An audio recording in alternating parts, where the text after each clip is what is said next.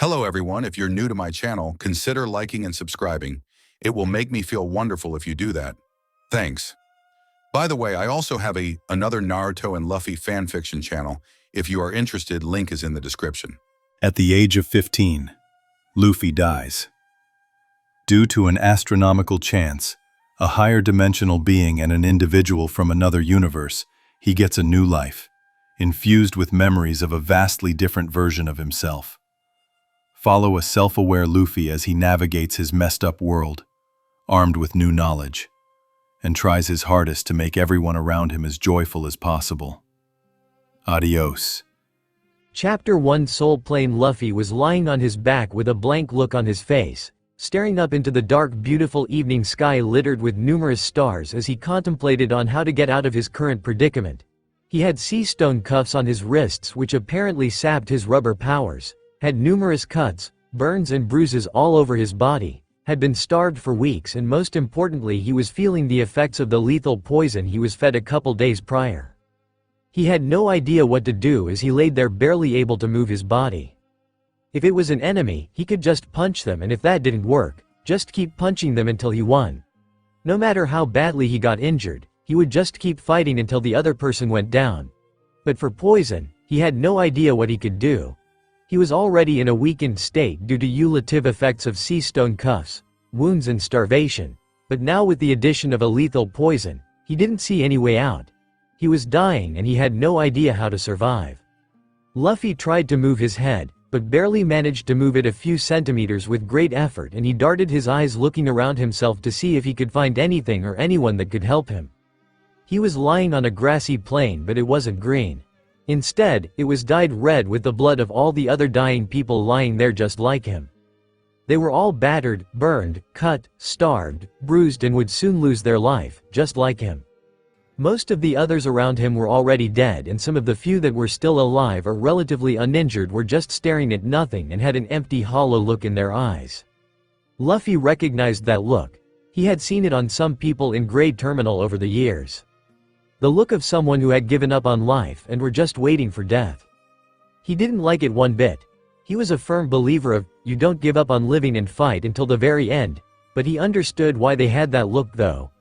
The things he had seen the last few months were unlike anything he had ever seen, and realized just how messed up the world truly was. He had thought that the Grade Terminal fire was bad, but what he had gone through and seen over the last few months was 1,000 times worse.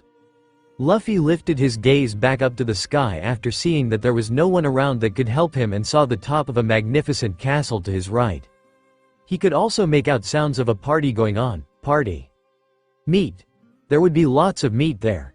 If only he could somehow move his damn unresponsive body and make his way there. He had been trying for a long time, but his body just wouldn't move. Earlier, when he was trapped in a solitary cell, he was forcing his body to move even with all the near-lethal cuts and slashes, but once that poison was forced down his throat, his body had just locked up. He had been dragged from the cell he was in and thrown onto a wagon with tons of other dead, almost dead people, went on a little ride to the grassy plain and thrown out into the open where he was currently lying. It was the first he had seen the wide open sky in a few months, and thought he could finally make his escape. But he then realized that his body wouldn't move no matter how hard he tried. Over the past 2 days, he had managed to move only his hand extremely slowly and grab his prized straw hat which was thrown next to him, and doing just that had taken him a tremendous amount of patience and will. As he lay there waiting for the last remnants of his life to die out, his mind wandered to the events that had led him here. It had all started a few months after Ace had left on his journey. Makino had shown up at the bandit hideout in the morning one day with that day's newspaper wanting to show a specific article and bounty of a certain fire user. Ace had finally gotten his first bounty, and it was also mentioned that he was the captain of the Spade Pirates. Luffy was of course ecstatic and had immediately called for a celebration. Thus, he, Makino, Deiden and the others all decided to throw a huge party at the hideout, and for the party, Luffy felt like eating a huge fish instead of the forest beasts like always, so he had gone out to fish on a boat he borrowed from one of the village fishermen to hopefully catch a huge fish or a sea king to satiate his enormous appetite. He had just said, "I'll be back," to Makino and Deiden before leaving to fish, and that was the last time he had seen either of them. The small fishing trip was where things had started to go wrong. While fishing, he had dozed off on his boat, and by the time he woke up, his boat had drifted somewhere far off as he couldn't see Dawn Island anywhere. He had just started rowing in a random direction, trusting that he will eventually find his island or come across someone who could help him, but unfortunately, he had kept rowing for 2 days without finding any other person or island. He hadn't packed any food, so he made do with fishing and eating raw fish. He had just kept on rowing with no particular direction in mind, and finally on the 3rd day since he left the island, he spotted a ship. It had no Jolly Roger, so they weren't pirates but looked to be a merchant ship or a cruise ship. He didn't care either way as he was more concerned on getting water and food, so had just immediately rocketed himself onto the ship, ecstatic at finally having found someone. He had startled the people on the ship at first as they saw him just suddenly drop out of nowhere onto their ship, and seeing his stretchy limbs had just shocked them. But after a short explanation about his devil fruit and how he had gotten lost, they welcomed him on the ship and gave him some food and water. Luffy didn't like them for some reason. The way they looked at him irked him off, but he was way too hungry to care about such stuff. But he changed his opinion that they were nice people when they gave him food and also told him that they would take him home. What Luffy didn't know, at the time at least, was that the ship he had landed on dealt in slave trading, and seeing a devil fruit user literally fall from the sky onto their ship, they were very happy. Plus, he was a rubber human and they were sure that some rich asshole would find that very amusing, so they could sell him and make a huge profit. Seeing the very trusting nature and the hungry Luffy, they just decided to trick him and put some sleeping pills in the food they had given him. As soon as Luffy had fallen asleep, they put sea stone cuffs on him and kept him sedated until they could make the sell. When Luffy groggily opened his eyes the next time, he found himself in a dark, unfamiliar place with cuffs on his hands. The last thing he remembered was finally finding a ship, eating the food they gave him and falling asleep, so he couldn't understand where he was and how he had gotten there, but more importantly his body felt extremely weak. He felt like how he would feel if he fell into the sea. A few seconds of looking around and he finally realized he was in a mystery cage in a dark room. It was a mystery cage because when he touched the bars, his body felt even more weak and just went limp. He couldn't understand at the time what exactly was happening, but he later learned that the cuffs he was wearing and the cage were made with something called sea stone, which would apparently weaken devil fruit users the same way seawater did. He was shocked to find that there was even such a thing in the world. Luffy had called out for someone, but no one came in for a long time. He was in a dark cage all alone, weak, hungry and freezing. He had dozed off again when someone finally did come in and woke him up. It was a man he couldn't see properly, and when he had asked what was happening and where he was, all he got in response was mocking laughter. The man then tried to explain that he was apparently a slave now and would spend the rest of his as a plaything for someone, but Luffy didn't understand. He was going to be the Pirate King, and the Pirate King is the freest man on the He wasn't going to be someone's slave. The slaver just laughed in his face when he voiced that out. The rest of the days in enslavement were honestly a blur for Luffy. The sea stone made him sluggish and they gave him very small amounts of food, so he was always starving and couldn't understand much of what was going on. A few guys had come in, tried to order him to do a few things which he adamantly refused to do, so they started beating him up. But still Luffy stubbornly refused to do anything they ordered him to do, saying that no one can make him do things he didn't want to. A bunch of different people had come in trying to break him, but of course no one succeeded. The slavers were actually trying to break him and make him lose all hope, so that he would become an obedient slave and then present him to the celestial dragons or any of the royals at that year's reverie. But the resolute defiance in Luffy's eyes just didn't die no matter what they did. After the first few days, he had just defaulted to a blank look and glared at anyone that got close to him as if challenging them. They thought that if they presented a slave with such a defiant look, it would be their heads which would be rolling, so tried everything they could to make him obey them. Many tried, but they all ultimately failed. No one had seen someone like Luffy who just refused to bow down to anyone while also challenging them. They had seen many unresponsive slaves, sure, but they would usually be ones who had blank hollow eyes, had given up on life and didn't care what happened to them, but Luffy was different. He didn't lose the fire in his eyes but also didn't obey a single order. They tortured, starved and straight up mauled him almost to death, but he never once did anything they ordered him to do.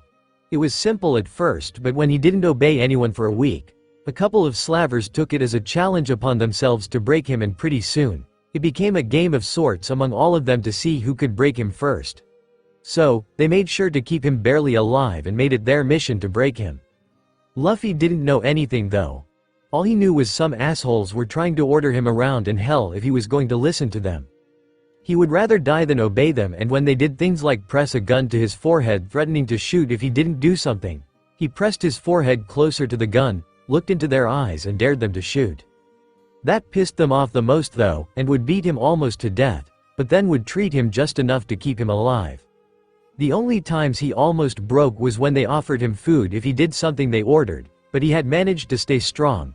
Few strong people with strange torture methods had all come in and tried to break him, but he didn't bow down to anyone.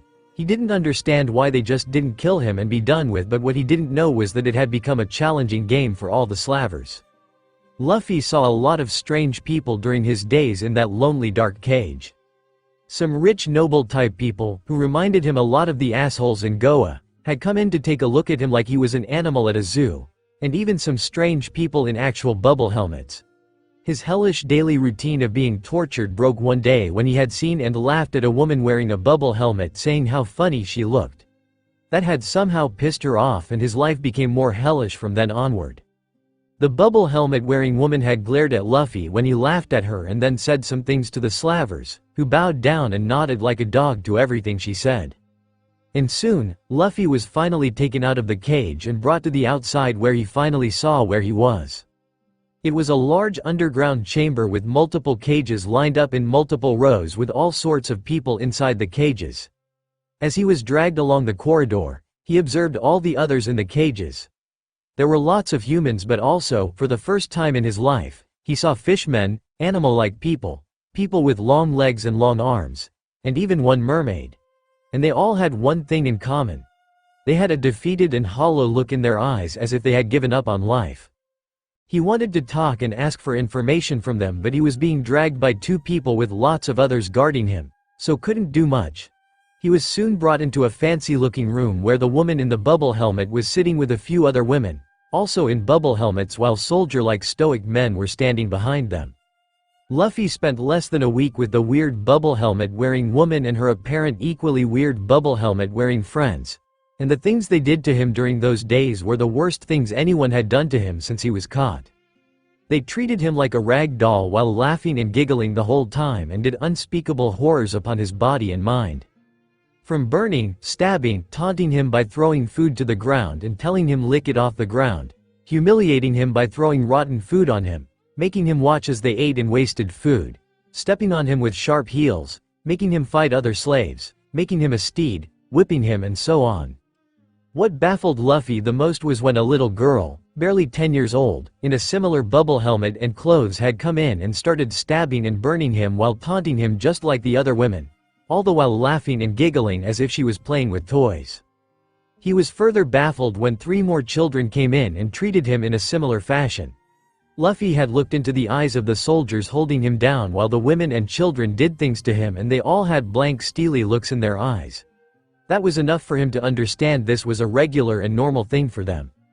But even with the bubble people, Luffy still didn't obey any order they gave. No matter how much they tortured and taunted him, he took it all without muttering a single word and didn't obey a single thing they ordered him to do.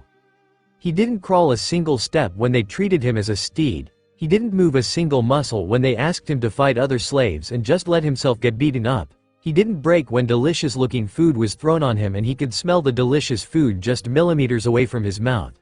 He just felt like he would lose something important if he gave in here, so just wiped the food off, shrugged away the torture, and stared defiantly at the bubble people. And they did not like it one bit. The torment lasted for almost the entire week, by the end of which the bubble people were pissed off at him. They called in the slavers and ordered a few things which Luffy could barely hear as his ears were bleeding because of the multiple needles stuck inside them. The next thing he knew, he was being treated by a few doctors, and the slavers actually looked at his body with pity. A couple days later he was told that the bubble women had bought him and he was going to be their property from then on. Luffy didn't know who the bubble people were, but understood that if he was sold to them, the rest of his life was going to be hell. He understood that the only reason he was being treated and kept alive was because the bubble people wanted to break him. Unfortunately, during that time when he was being treated was also the time that the slavers got a hold of his weakness. One of the doctors who was treating Luffy ended up talking to him like he was a person, and Luffy, being Luffy, had quickly befriended her. Her name was Kel, and she was the first person in months that had talked to him like he was a human being, and Luffy, who had been starved for such contact, had happily started talking to her. It was just 2 days, but the doctor was laughing with him as he joked around even in such a messed up situation. When one of the slavers saw the scene of Luffy cracking a joke and the doctor laughing at his joke, that doctor's fate was sealed. Injuries were not even healed properly. He was brought in a room with a furnace. The bubble woman and her supposed daughter were there along with a few slavers, a couple of whom were standing near the furnace with heated iron rods. Luffy instantly realized he was going to be branded, and much to his horror, he wasn't the only one. Kel, the one person who had showed him kindness, was also in the room, on her knees and severely beaten up. Luffy raged as he saw that someone who had just kindly talked to him was now in chains because of him, and the slavers finally saw him break.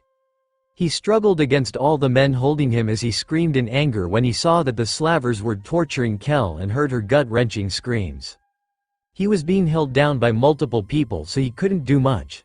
He and Kel were made to kneel side by side while Luffy continued to struggle with all he had to break free, as 2 guys with heated brands came closer to them while laughing. The brand was a circular symbol with some triangles sticking out at the sides, and judging by what the slavers had told him, it was the mark of the bubble people. Luffy kept struggling as the 2 guys brought a heated brand close to him and Kel. He saw the bubble woman standing a bit to the side laughing at him and Kel, then looked behind him to see the red-hot iron rod, looked at the malicious grin of the guy holding it, heard all the laughing and taunting from the other slavers, then saw the pitiful state of Kel, the one person who had treated him like a human, who was now sobbing in agony, and his mind raged in frustration, defiance, powerlessness, fury, and finally, he just snapped. He felt something, a power he had never felt before, burst from within him and get unleashed on his surroundings. He didn't really understand what it was, but he instinctively knew it was something powerful, so he just dug deeper and unleashed more of whatever it was that was being released. It was a mysterious force that he felt coursing through his body, no, not his body, but his spirit almost. He didn't understand what was happening, but a couple seconds later, the room he was in erupted in chaos. He looked around in confusion and saw people foaming at the mouth and keeling over for no apparent reason. Before he could make sense of why people were falling unconscious, he felt the searing pain of hot iron being dragged across his back. He looked back and found the guy who was about to brand him had also fainted, but while fainting, he had ended up dragging the brand across his back, instead of just pressing it. He looked to his side and saw that Kel had also fainted, but luckily the guy who was going to brand her was far enough that it didn't reach her. He didn't have time to think as the bubble woman and child screamed, falling over too, and the soldiers behind them caught the 2 before they could hit the ground.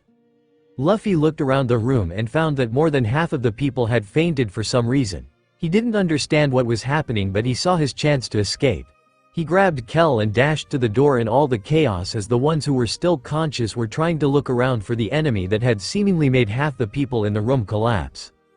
Luffy burst out of the room while carrying Kel and started running in a random direction as he had no idea how the place was structured. He tried to wake Kel up, but she had fallen unconscious too. Whatever power had affected the slavers in the room had also affected her apparently. Seeing no help from the doctor, he went to the first cage he saw and banged on it trying to get the person's attention, but he was unresponsive.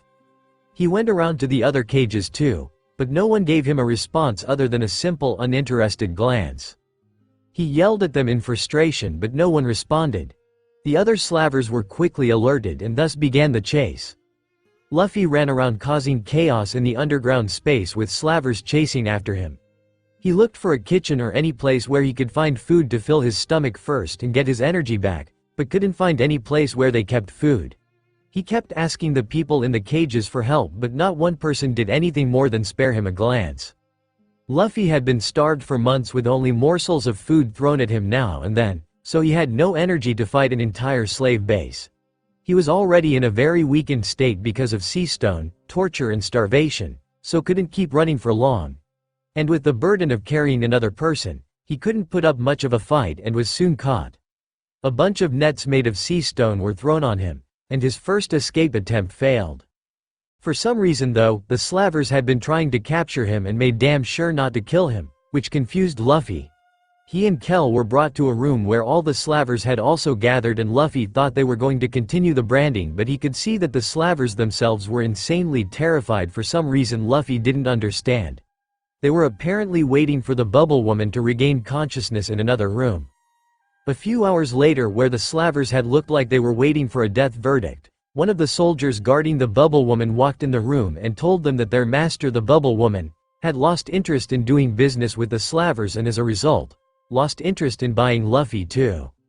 He then proceeded to kill a few of the slavers, who Luffy later learned were the leaders of the slaver group, while the rest stayed still not doing anything, which baffled Luffy.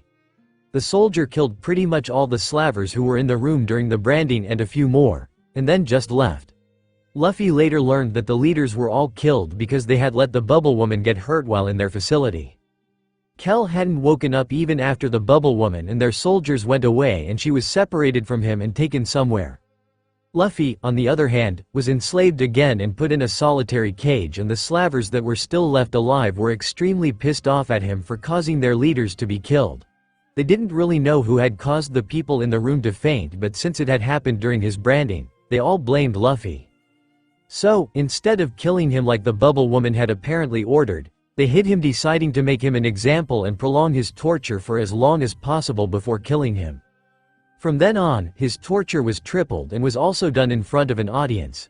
He would be dragged in the middle of the other cages and tortured in front of the other slaves to serve as an example to what happens to disobedient slaves.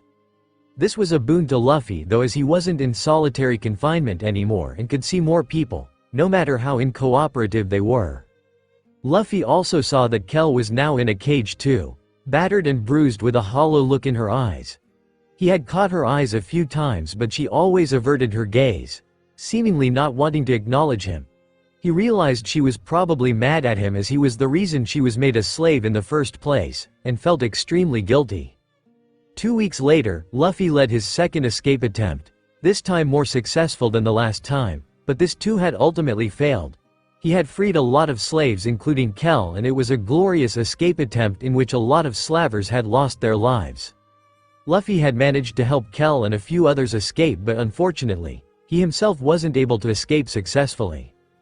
And that seemed to be the last straw, as the remaining slavers who were still alive gave up on breaking Luffy. Even with the increased torture, not once had he obeyed them, so they didn't think he was ever going to break, so decided it was time to kill him. They also didn't want to see him do something like what he did during the second escape attempt again, so they lethally poisoned him and threw him into a death pit with other slaves.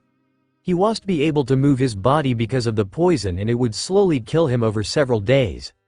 They wanted him to die a slow, agonizing death for all the trouble he had caused them, and they made sure to let Luffy know that. And so, that's how Luffy had ended up in the impromptu graveyard of slaves. He didn't see Kel nor the other slaves he had broken out during his second escape attempt again, but he was sure they had escaped, so hoped they were safe somewhere. Luffy stared at the sky full of stars, reminiscing the past few months, and it was finally settling in that no one could help him anymore and he would die here. He couldn't believe that he would die before even starting his journey, before he even had a chance to chase his dream. Let's live without regrets. He apologized to Ace because he had broken that promise, as he regretted his current situation. I'll gather an amazing crew better than yours. He darted his eyes to his side where his greatest treasure, his straw hat, was sitting right next to him, covered in smears of blood. When Luffy had woken up the first time in a cage, he only had his clothes and his hat on him. In a moment of clarity, he had realized that he couldn't let the slavers know that he had anything precious on him. The only reason he could oppose them as much as he did was because he had nothing to lose except his life. If he let it slip that his hat was his greatest treasure and was precious to him, they would obviously use it against him. So, he had never once said anything about his hat and acted casual about it. And looked like they just threw his hat away with him too. And I'll become the Pirate King. He stared at the hat and apologized to Shanks that he couldn't keep his promise of returning his hat to him after becoming a great pirate. It's my treasure tab. I'll pay my tab with all the treasure I get when I become the Pirate King. I'll never do the chores. The Pirate King doesn't do chores. He remembered all the others who mattered to him: Makino, Dayton, Dagra, Mogra and the other bandits. Gramps, Sabo. He apologized to each one of them for unfulfilled promises. Luffy kept staring at the star-studded sky as he felt his life slipping away. His eyes slowly closed as his time ran out, and the man who would have become the Pirate King, the man who would have become the freest man ever, the man who would have flipped the world upside down, the man who would have become the most influential figure in history, the man who would have saved many lives and inspired generations of dreamers, the man who would have brought hope into the lives of millions, the man who would have been the ray of sunshine in this dark, fucked-up world, died. Luffy slowly opened his eyes and laid his eyes on what looked like faint purplish clouds. He sat up looking around in confusion and found that he was in a void of blackness with purple streams of clouds all around the vast void in a chaotic manner. He also found that he was also sitting on mass of purple cloud, and when he touched it, it almost evaporated in his hands. It took a moment for him to realize that he had just been lying in an impromptu graveyard of dead people where he was also dying, but suddenly he somehow found himself in this space. He looked down at himself and saw he was dressed in his signature red vest and blue jeans with his hat also on his head. His clothes that had torn off long ago were now somehow perfectly fine. So, he was dressed in his favorite clothes in a seemingly purplish black void with no memory of ever getting there. "Hello?" he yelled, hoping to catch anyone's attention, and thankfully, he got a response. Where the hell am I?" he heard someone groaning from behind him. Luffy quickly turned around and saw the back of another person. It was a man wearing a red hoodie and was sitting down with his back to him. He saw the man looking around in confusion too, and so called out again, "Hey." The man turned around and Luffy studied him with interest. He had black curly hair, dark round eyes, slightly angular face with a small scar running down his chin. He was wearing a red hoodie with the word, "Freedom," emblazoned across it in black jeans. The man also studied him carefully as Luffy studied him, and he too wore a confused look on his face. Hi? Where am I?" the man muttered after a couple of seconds. "No idea. Just woke up here. Me too. Can't see anyone else other than the two of us here." He trailed off staring at Luffy intensely. Luffy tilted his head in confusion at his stare. "What's wrong?" Still staring at him intensely, his lips curled up into a smile as he smirked and said, "Hey, you look a lot like Luffy." "Oh, you know me? What?" the man blinked in bewilderment. Luffy again tilted his head in confusion. The man apparently knew him somehow, but he had never seen him in his life. "You just said my name. I am Luffy. How do you know me?" The man just stared at him, not saying anything, as if he had been given some life-altering news, which only further confused Luffy. "Who are you?" Luffy asked after a few seconds of getting no response from the stranger. On reflex, the man said, "Oh. I'm Leo." "Wait, that's not important. You said you're Luffy and you look like him too." I'm not dreaming. I already pinched myself." He said the last part to himself with a contemplative look on his face. Luffy frowned, not understanding this man called Leo, and decided to change the topic. "So, any idea where we are?" No idea. Last thing I remember is being in a motorcycle accident and slowly bleeding to death with my limbs cut off." He trailed off but then shrugged. "So random guess? I'm in a vegetative state and my mind is making this up."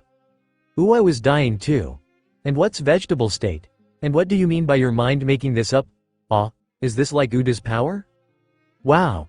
Great going, my mind," Leo chuckled. "You're so Luffy-like. And what do you mean by Uda's power? What's her power?" Luffy decided to ignore his beginning rambling and answered his question. "Uda said that her mind can make up worlds when she sings."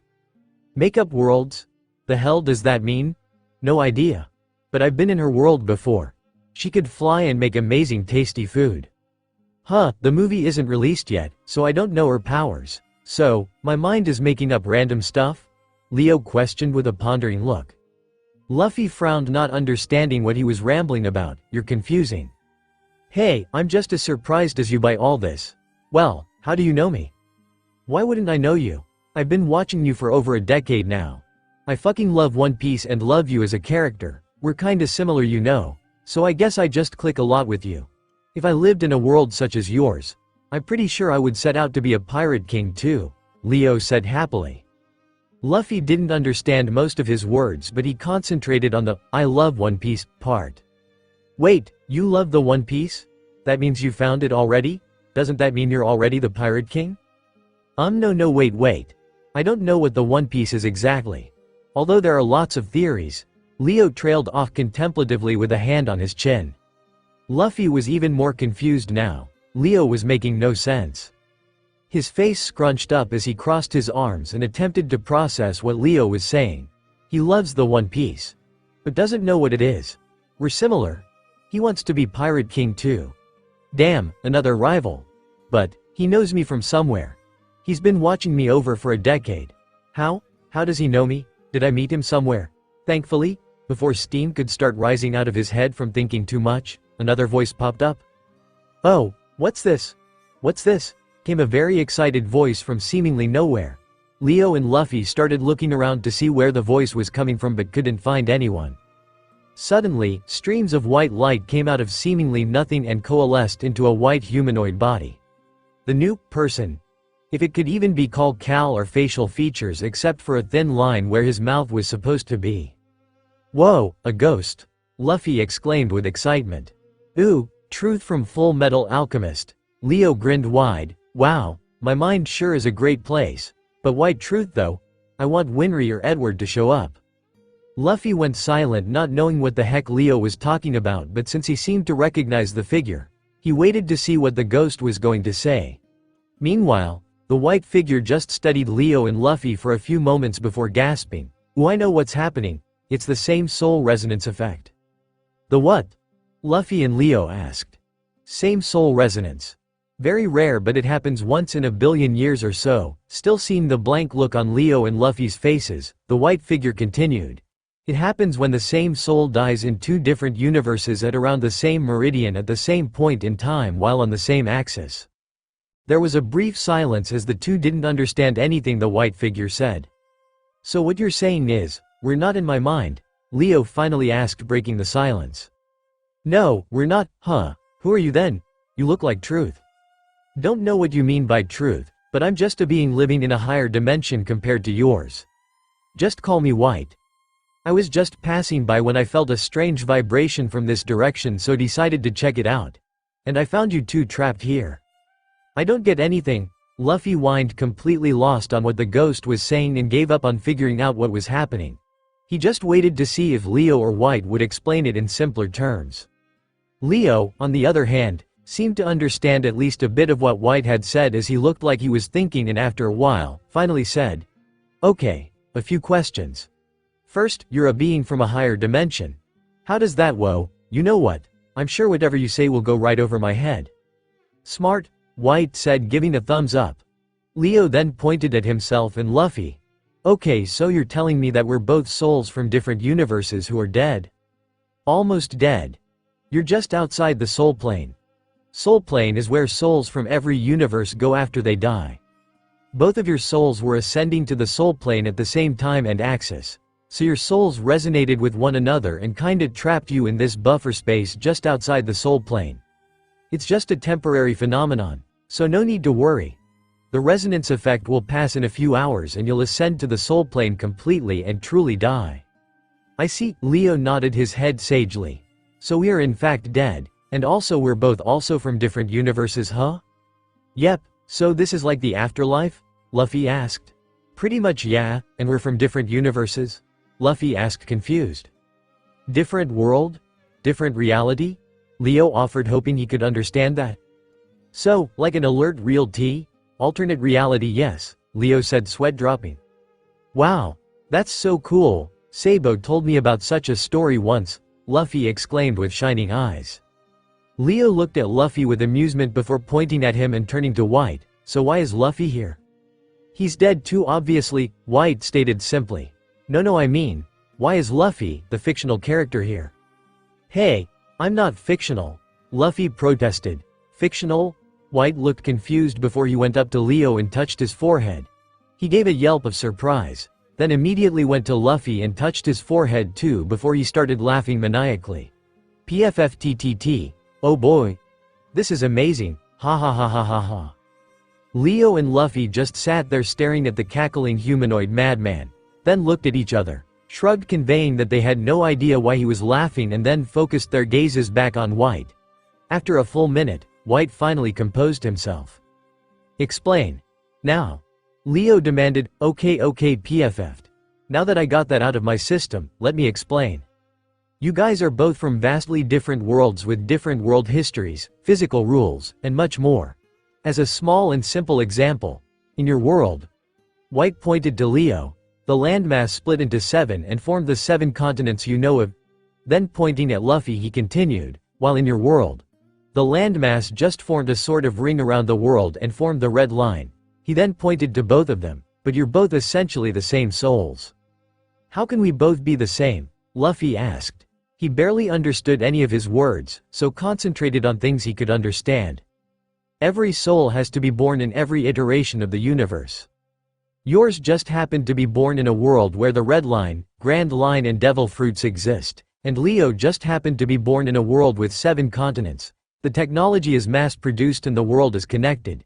But essentially, you are the same soul. Just born in different worlds. If that's still too hard to understand, just imagine 2 worlds. One in which you love meat and the other in which you love tangerines, but everything else is the same. Both versions of you die and come here, and the only difference in your lives would be your favorite food. That's easier to imagine as you guys being the same soul, right? Now imagine the same thing but with instead of just a single difference in your lives. Your whole lives are different with the landmasses, world history, ancestry, parents and a lot of others things being so different to the point where you're even named differently. But you're still the same soul." "I see. So multiverse theory is real, huh? And also every piece of fiction ever written is real somewhere out there, huh?" Leo breathed in awe and a bit of horror thinking about some of the messed up stuff he had read. "Not every piece of fiction. I saw some stories in your world from your memories that are pretty out there which make no sense. Like for example, there are some characters in some comics which are the personifications of death, time, universe.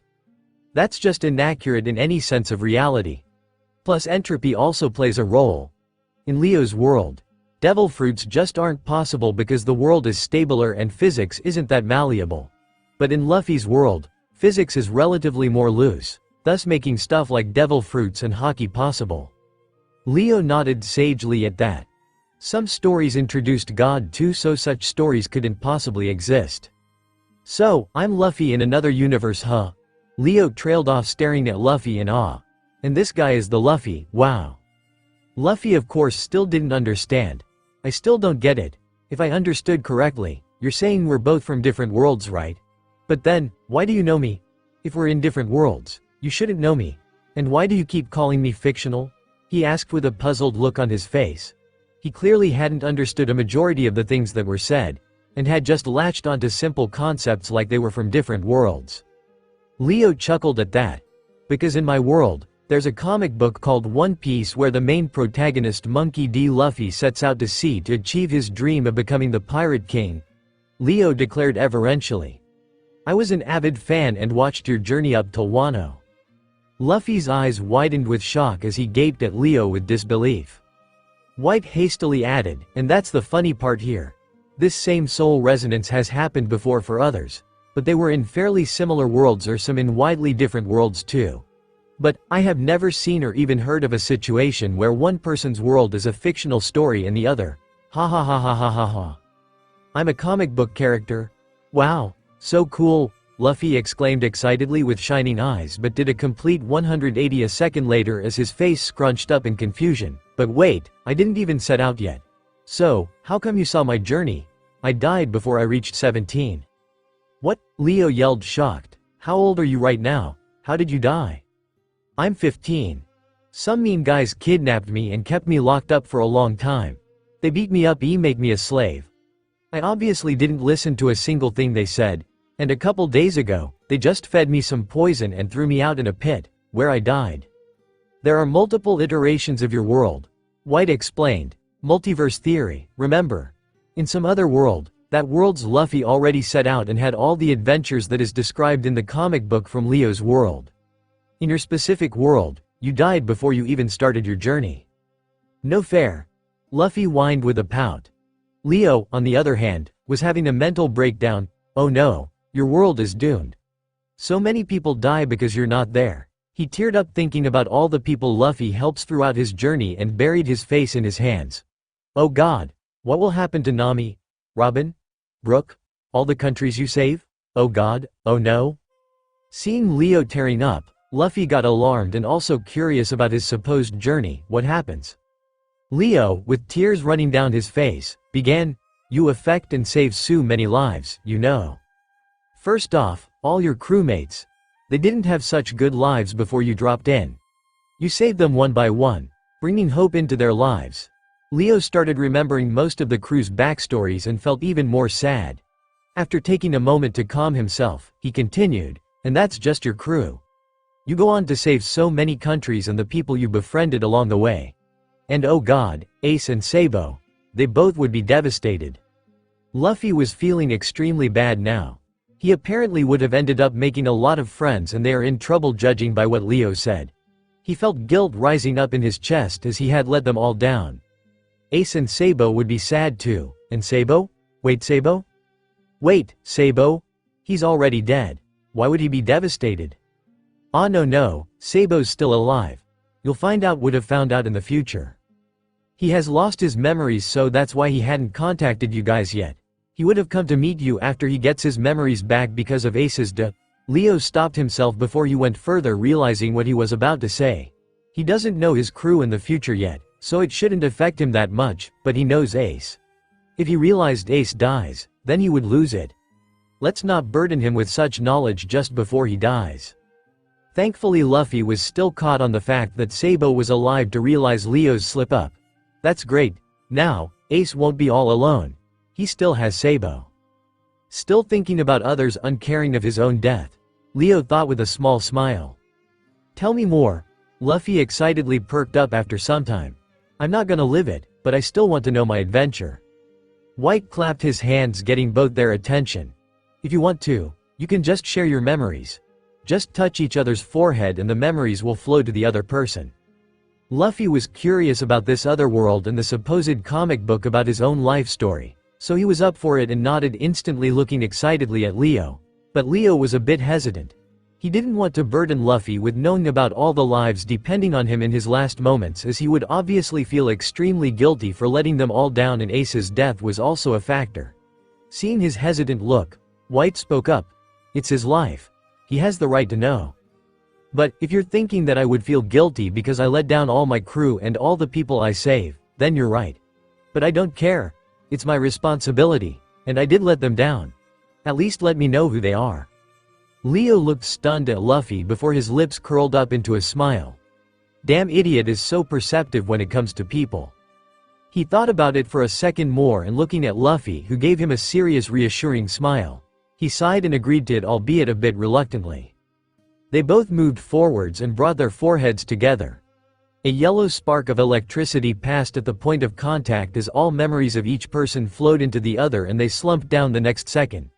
Each of them experienced the other's complete life in that single instant. Even though Leo already knew of Luffy's childhood from the story, it was an entirely different experience of feeling and living it. He felt the fear when Garp threw him in a tiger's den or tied him up to weather balloons or threw him in ravines. He felt the loneliness of his life before Shanks. The joy of being around Shanks and Uda. The pain when Uda didn't show up and he thought she died. The hopelessness he felt when Shanks lost his arm because of him. His resolve of being the greatest pirate. The loneliness after Shanks left. Joy of meeting Ace and Sabo. Leo felt every punch Porkami gave Luffy with the spiked gloves and experienced the thoughts that went through his mind, where he kept thinking that Ace and Sabo would never become his friends if he spoke. He felt the joy when the two finally accepted him, all the sparring and playing around, declaring their dreams on top of the cliff, becoming brothers by exchanging sake cups. He felt the burning heat from the gray terminal fire and the despair of knowing Ace was lost somewhere in there. He felt the pain of losing Sabo. He lived and experienced the rest of his life, conversations that were never shown, stories that were never told, experiences that were never mentioned. So many things had happened in Luffy's life on Dawn that was never shown, and Leo got an entirely new understanding of Luffy. He saw his growth from being a crybaby to his current self and was awed by it.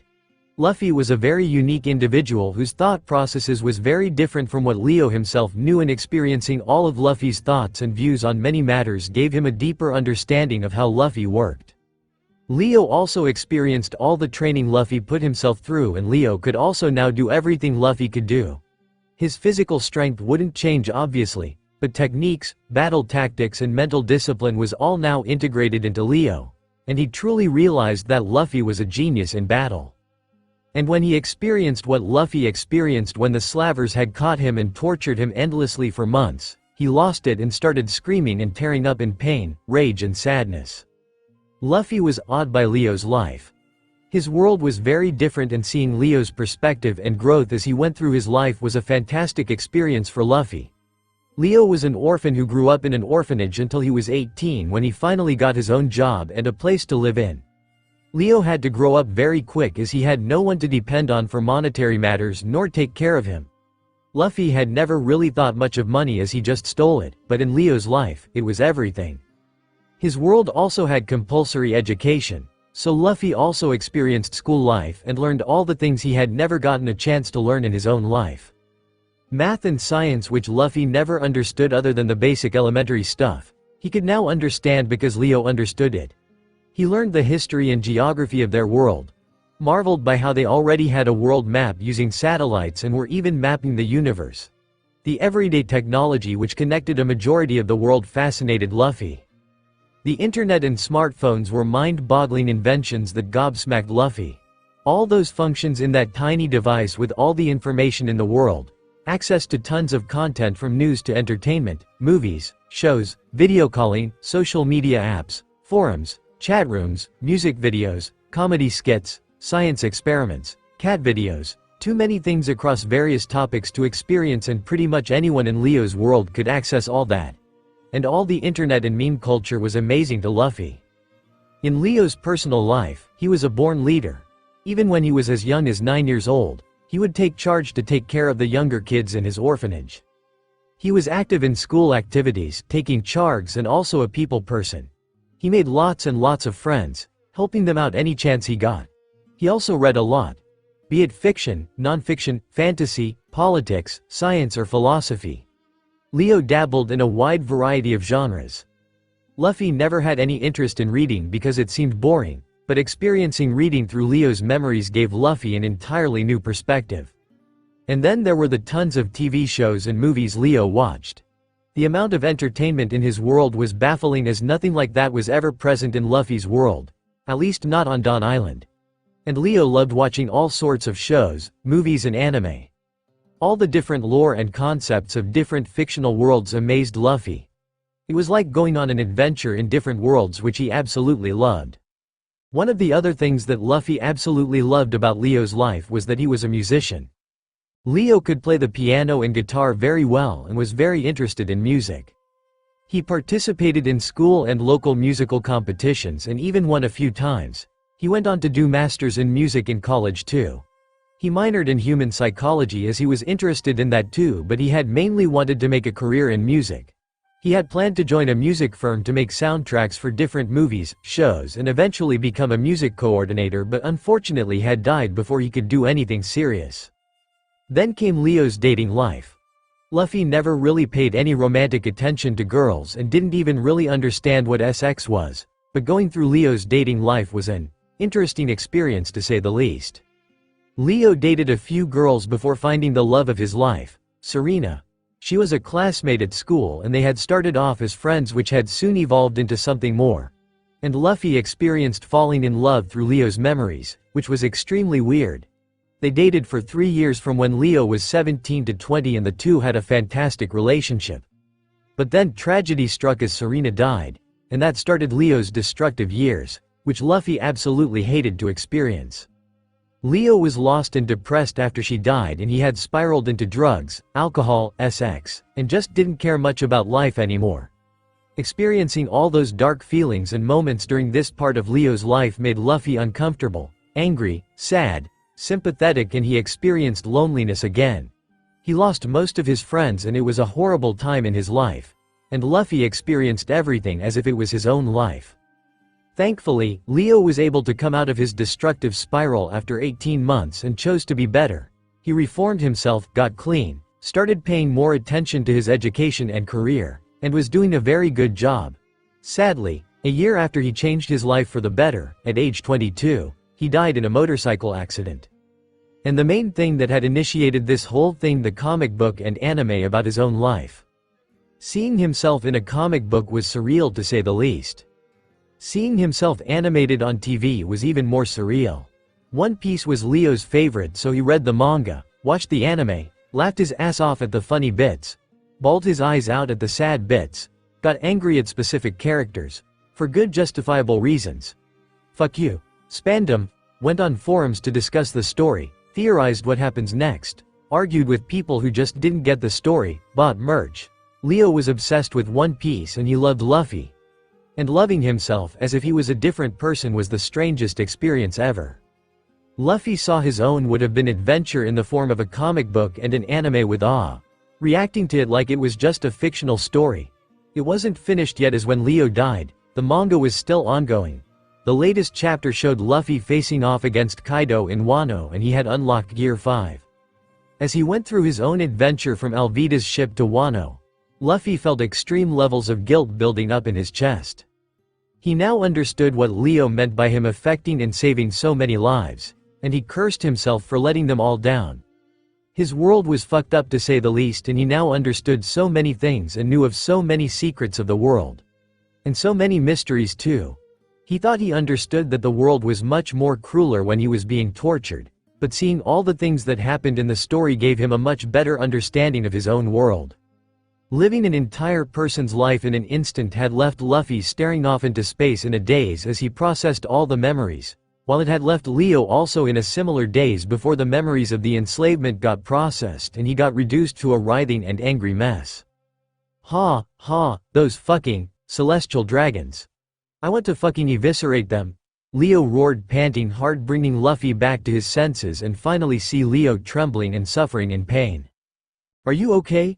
Luffy worriedly asked, making him sit up and trying to calm him down. Yeah, just not much of a fighter in my world, you know. So all that horrible training you put yourself through, your grandpa put you through, and then the enslavement, the memories of pain erupted all at once all over my body. It just made me lose my mind a bit, that's all. Yeah, all you did was watch and read stuff. The most you did was walk in terms of physical activities. Hey, my world didn't require me to be strong. I could get by on my brain alone. You didn't even travel anywhere. All you did was stay in a couple of cities, Luffy whined. I wanted to see Europe and Japan and all those amazing places you saw on videos, but you never traveled anywhere. Hey, I couldn't afford to go on adventures as I wished. People need money where I'm from. Not like I can steal from the Grey Terminal, or raid other evil pirates for money, or just find a city of gold. Yeah, your world sucks in that. Leo just shrugged, agreeing with that statement, but then suddenly realizing something. Looked at Luffy with a horrified expression. Please tell me you didn't get the memories of my entire life. Yep. Experienced everything. Oh no, Leo breathed in horror, burying his head in his arms. It's okay. You watched porn, so what? Oh god no. And had a lot of sex with a lot of girls. So much drugs too. Oh gods no, Leo grumbled with a blushing red face, having all his embarrassing moments laid bare in front of Luffy. Luffy was like a hero to him, and showing him all his embarrassing, weak and dark moments was definitely mortifying as hell. Man, so much say, please stop talking. Leo shut Luffy up by covering his mouth. He then angrily turned on White. You asshole. Why the hell didn't you tell me all my memories would get transferred? I only wanted to show him stuff about the story. You never asked, White whistled innocently. You bastard, don't laugh. I got your memories too, you know. I know all your embarrassing moments too. Like how you asked Deiden why you got hard in the mornings. Luffy gasped, turning a bit red as he now understood just how embarrassing a situation that actually was. And let's not forget, the talk Ace gave you, ha ha ha. Man, Ace sure was blushing and struggling to give you the birds and the bees. He was being so awkward, and you were so stupid that you didn't even understand anything and kept asking stupid questions, making him more flustered. man, poor Ace. Luffy went even more red, and before he could rebuke, Leo continued, and then the next day, you started staring at those girls in Goa. Luffy finally lost it and began defending himself. I just stared unconsciously because I was curious about what Ace had talked about, that's all. But you did stare, grr. What about you, huh? You and Serena did so much freaky stuff with each other. And after she was gone? You spiraled into even more with so many other girls? Hey, don't bring up a man's destructive years. I agree I went off the rails then. You're right. I won't bring up those 18 months of your destructive spiral, Luffy said with pity before he started arguing again. But what about before, huh? You and Serena had a sinful amount of sex. Well, at least I did have sex, you virgin idiot. I'm just 15, even you lost your virginity at 16. Well, not like you were gonna lose it anytime soon either. Grr, I had a damn good reason, yeah. Leo suddenly calmed down and looked contemplatively at Luffy. Well, going by your past, you choose not to romantically think of girls, huh? Judging by how you didn't even bat an eye at Hancock, the logical conclusion was that you were asexual, but you had a very valid and complex reason as to why you never bothered with romance or girls, huh? Luffy also calmed down, yeah. Wonder why Oda never included that tidbit from my childhood in the story. He did say he won't show any romance in the story, but who cares? Now that you understand how sex really works, would you have broken the promise you made to yourself to never think of girls romantically? What do you think? Of course not, yeah. Now that I know about Rouge too, there is no way I'm ever breaking that promise I made to myself. Yeah, makes sense, and choosing not to think of girls romantically is as easy as pie for you, which is also unique. Leo trailed off staring at Luffy. You are way more complex than you let on, you know. Sure, you don't understand complex things like science and stuff, but that's just knowledge. Wisdom-wise, you're really smart. And you experience self-doubt and fear just like any other person, but just never let it show. The manga didn't really delve into inner monologues, so you always seemed like this fearless, infallible captain who can do anything, but you're just like everyone else. A very special and unique way of thinking with a lot of optimism, sure, but you're still human. Luffy rubbed his head sheepishly. Yeah, well, if the story me was anything like me, he couldn't allow himself to show weakness. I'm the captain, so it's my job to reassure my crew and be a rock they can lean on. If I showed fear and doubt, I can never be a captain. I have to constantly keep the crew happy too. Leo smiled, nodding and agreeing with him. As I said, you're stupid in knowledge, sure, but you are a people person. Yeah, and the fight with Usopp was something I had never imagined happening with one of my crewmates, Luffy said with sadness laced in his voice. I always thought the crew I made would never fight among themselves seriously. Guess I broke and matured a bit then, huh? Yeah, that was heartbreaking to watch. I can't even imagine your emotions during that time. Yeah, well, now I'll never know, Luffy trailed off sadly. Deciding that moping like this wasn't going to do anything, Leo quickly changed the topic. It was surreal to actually live your life, you know. Leo began. Gramps sure didn't hold back while training you, and the fist of love actually hurts a lot. Oh yeah, it hurts so much, Luffy whined, rubbing his head unconsciously. He also thought that crying about the current situation wasn't going to help anyone, so just decided to chat more. And your dream? Leo exclaimed with a broad, excited smile. It's amazing. Why was that even a secret in the first place? Thematically, it makes for an amazing reveal. I can only imagine the panel Oda would have written your dream with. I'm sure it would have been glorious. She, yeah. Also, Uta, she's the one who kinda inspired you to even think about a dream, huh? Yeah, I got the idea of creating a new Genesis from her. I wanted to do something like that too, and I came up with that dream. Roger also had the same dream, huh? That's surreal. Yep, and her power? She can sing and pull your soul into her world while your real body is asleep, huh? That's one insane power? Yeah, but why is she just a movie character? She's very important to my childhood and she isn't even canon? Luffy asked with a frown. I think Oda mentioned that she is canon and the events that happened in your childhood is canon, but the movie itself would be non-canon. So she wouldn't have ever shown up in front of me in the future?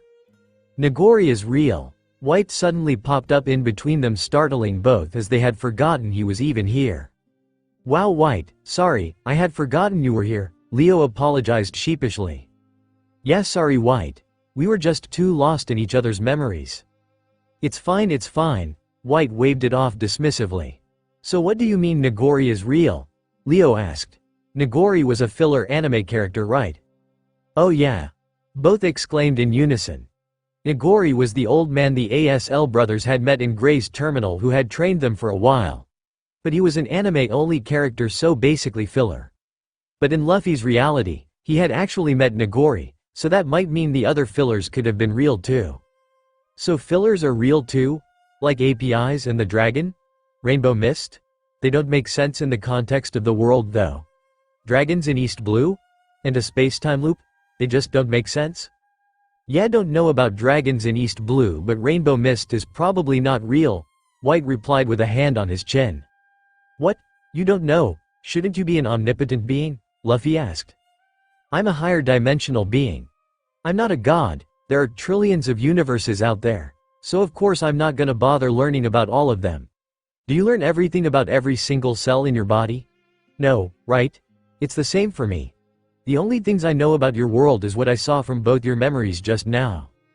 Ah, I see, makes sense. Leo and Luffy both nodded sagely. So what does fillers have to do with Uda showing up or not? Luffy asked, getting back to the main topic. Just saying that the manga doesn't represent your world. Fillers don't have any effect on the manga story, but if the fillers are real, then they will definitely have an effect on the rest of the story. So, manga isn't canon in your reality. Ah, I see, Luffy nodded sagely. So movies and fillers would have all happened too in one way or another, and what happens in the manga wouldn't necessarily have happened the way they did either. Yep.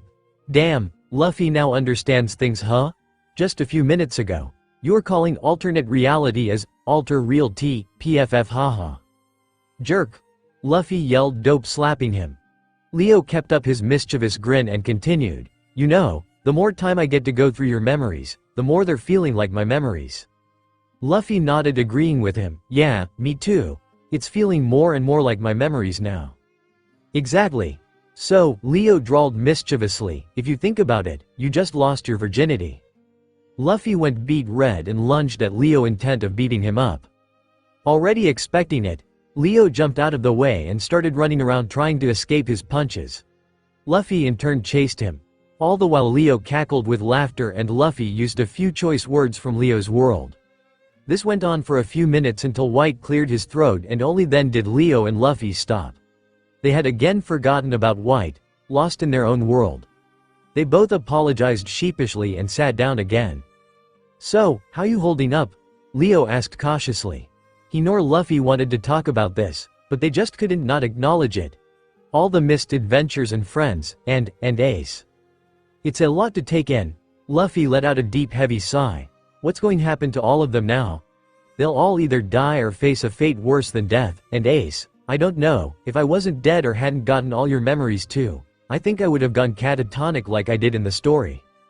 Trying to lighten the mood, Leo smirked, remarking, wow, you used the word catatonic. Using big words now, huh? Guess losing your virginity in someone else's memories makes you a man now, huh? Luffy just dope slapped him again. Memories are what makes a person's personality, White said sagely. Since you were life, your personality would have undergone a change too. Luffy and Leo nodded at that, completely agreeing with him. Yeah, I definitely feel like I would take more risks if I went back to my world and not worry so much about things I can't control. And definitely travel more even without money and see where I end up. Also join a fight club or something, Leo said with a smile. I just got crammed with so much knowledge about math, science, psychology, and thankfully music.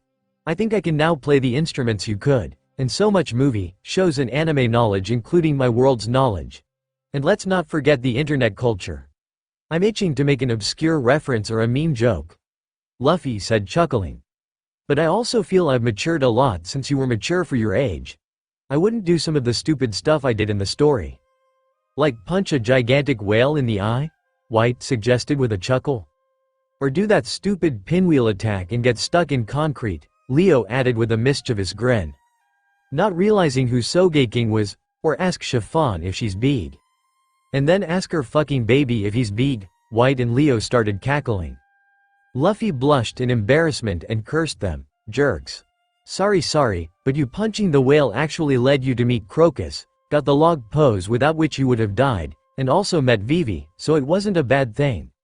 Leo placated seeing a pouting Luffy, but then added, boot the other things, yep. Completely moronic. Ding a ling stupid, rubber-brained idiot, rubber bonehead. Luffy blushed in even more embarrassment and snapped, there's no way I wouldn't have recognized who Sogeking was or think that fake Sanji and Zoro on Sabaody were real. Oda just wrote me as more stupid than I am. Leo actually thought about it and nodded slowly. Well, I can't actually deny that. You had observation at that point too, so there's no way you would have made that mistake. And you're way more perceptive than you let on. You understand things about people with very minute clues and make accurate conclusions, you just don't voice them out a lot, huh? Yeah, even I was surprised by that, White added. Oda definitely made you more stupid for comedic purposes cause not recognizing Sogeking, fake Sanji and Zoro, or Caesar just doesn't make sense. You're stupid in understanding stuff sure, but reading people? You do that amazingly well? Yeah well, I don't bother doing it a lot though as it's kinda boring and also intrusive, Luffy said sheepishly rubbing his head. But now that I know the story, I guess I have context now too. So I would understand even more things if I faced such situations. Yeah, you also have my memories of learning human psychology now, so you would be a bigger perceptive monster, Leo added with a smirk.